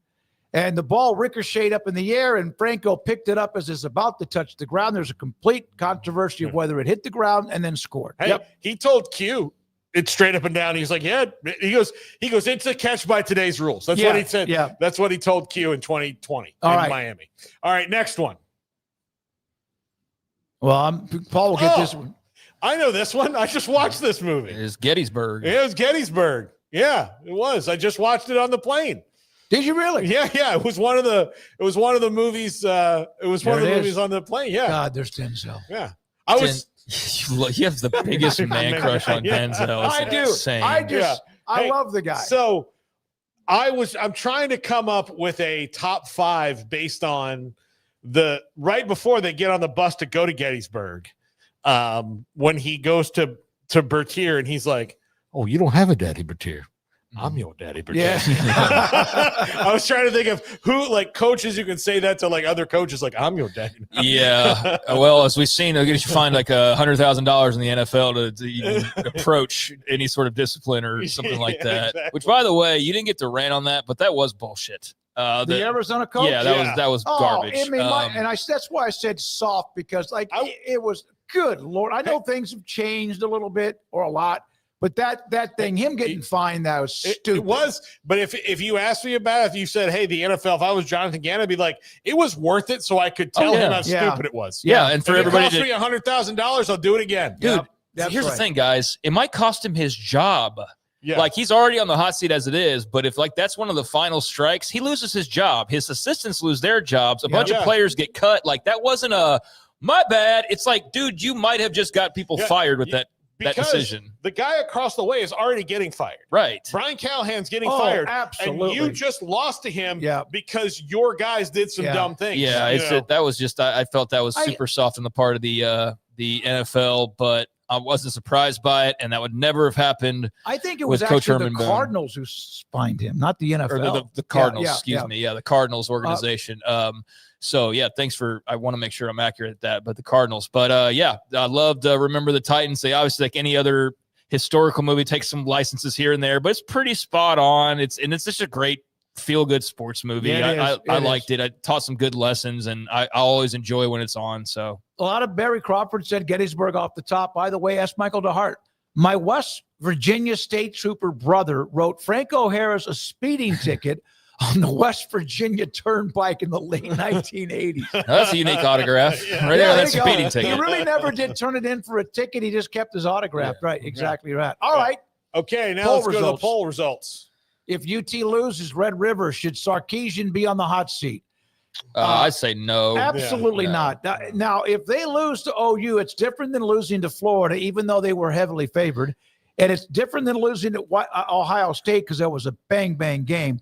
You lose to OU or A&M, things change. Well, we've seen Mac Brown have very successful double-digit winning teams, but they couldn't beat OU often enough, and that got him on the hot seat. So he absolutely mentioned that. I think Sark is fine for the entire year. Now, if they were to lose out or lose 5 of their last 6, then I think you hear the conversation really start to truly begin in the offseason of oh, this is a make or break year coming up type of a thing, or maybe not even to that extent, but just oh, he better be careful type of thing. There's the seeds that are possibly getting planted, but he's nowhere close to it actually being a conversation. If they get thumped by OU and Mateer's not playing, then there'll be some backlash. And I'll tell you what, the UT media or those who cover them, they can cover them really well, but they can turn on you too heavily. One is unacceptable, the losing the game. That it's too early in my opinion. That one got the edge. I think that when Sark leaves Texas, or if he does, it's either going to be because he retired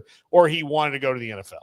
Sark? Possibly. Because he's been in the NFL before. I don't think he wants that. I think as a big time coach as he is right now and how he's kind of rehabilitated in all those different ways, I think he's too good. I think the pressure of the NFL is probably not much more than UT, but the microscope is even bigger, even if it's Carolina. But I think he's fine. I think he's going to be there a while. Got one of the biggest, most advantageous jobs in the entire sport. Yeah, no, you can't.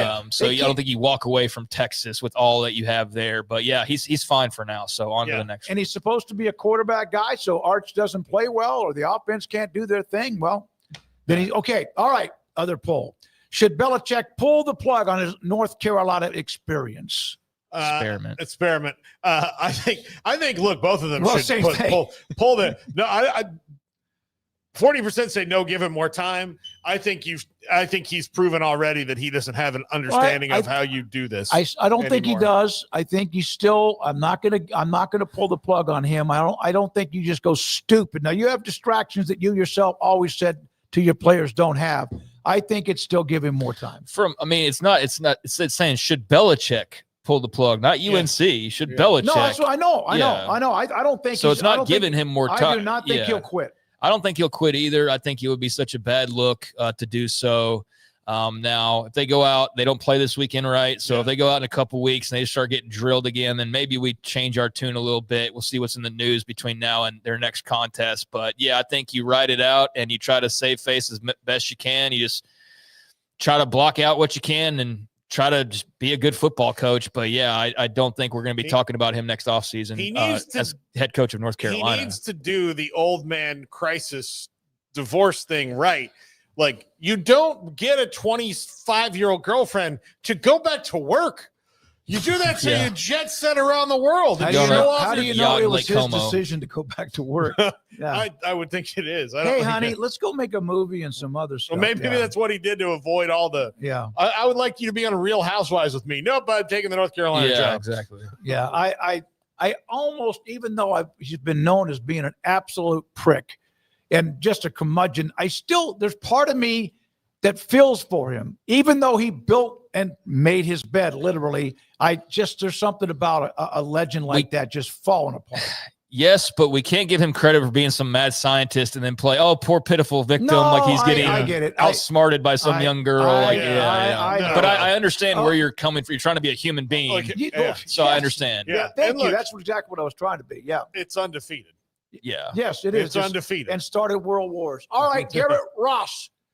Man, you have been rolling this week, buddy. Proud of you. And Andrew, we're always proud of you. Go play some Ghost of Tsushima.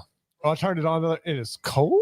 Oh, there you go. That's exactly right. Andrew, thank you for all the stuff you put up, all the ideas, the wheel, the poll results, and the quizzes and more. And thanks to our great sponsors, and thank you, our audience, digesting us on Twitter and or on YouTube. I'm David Smoak for Craig and Paul. Good night.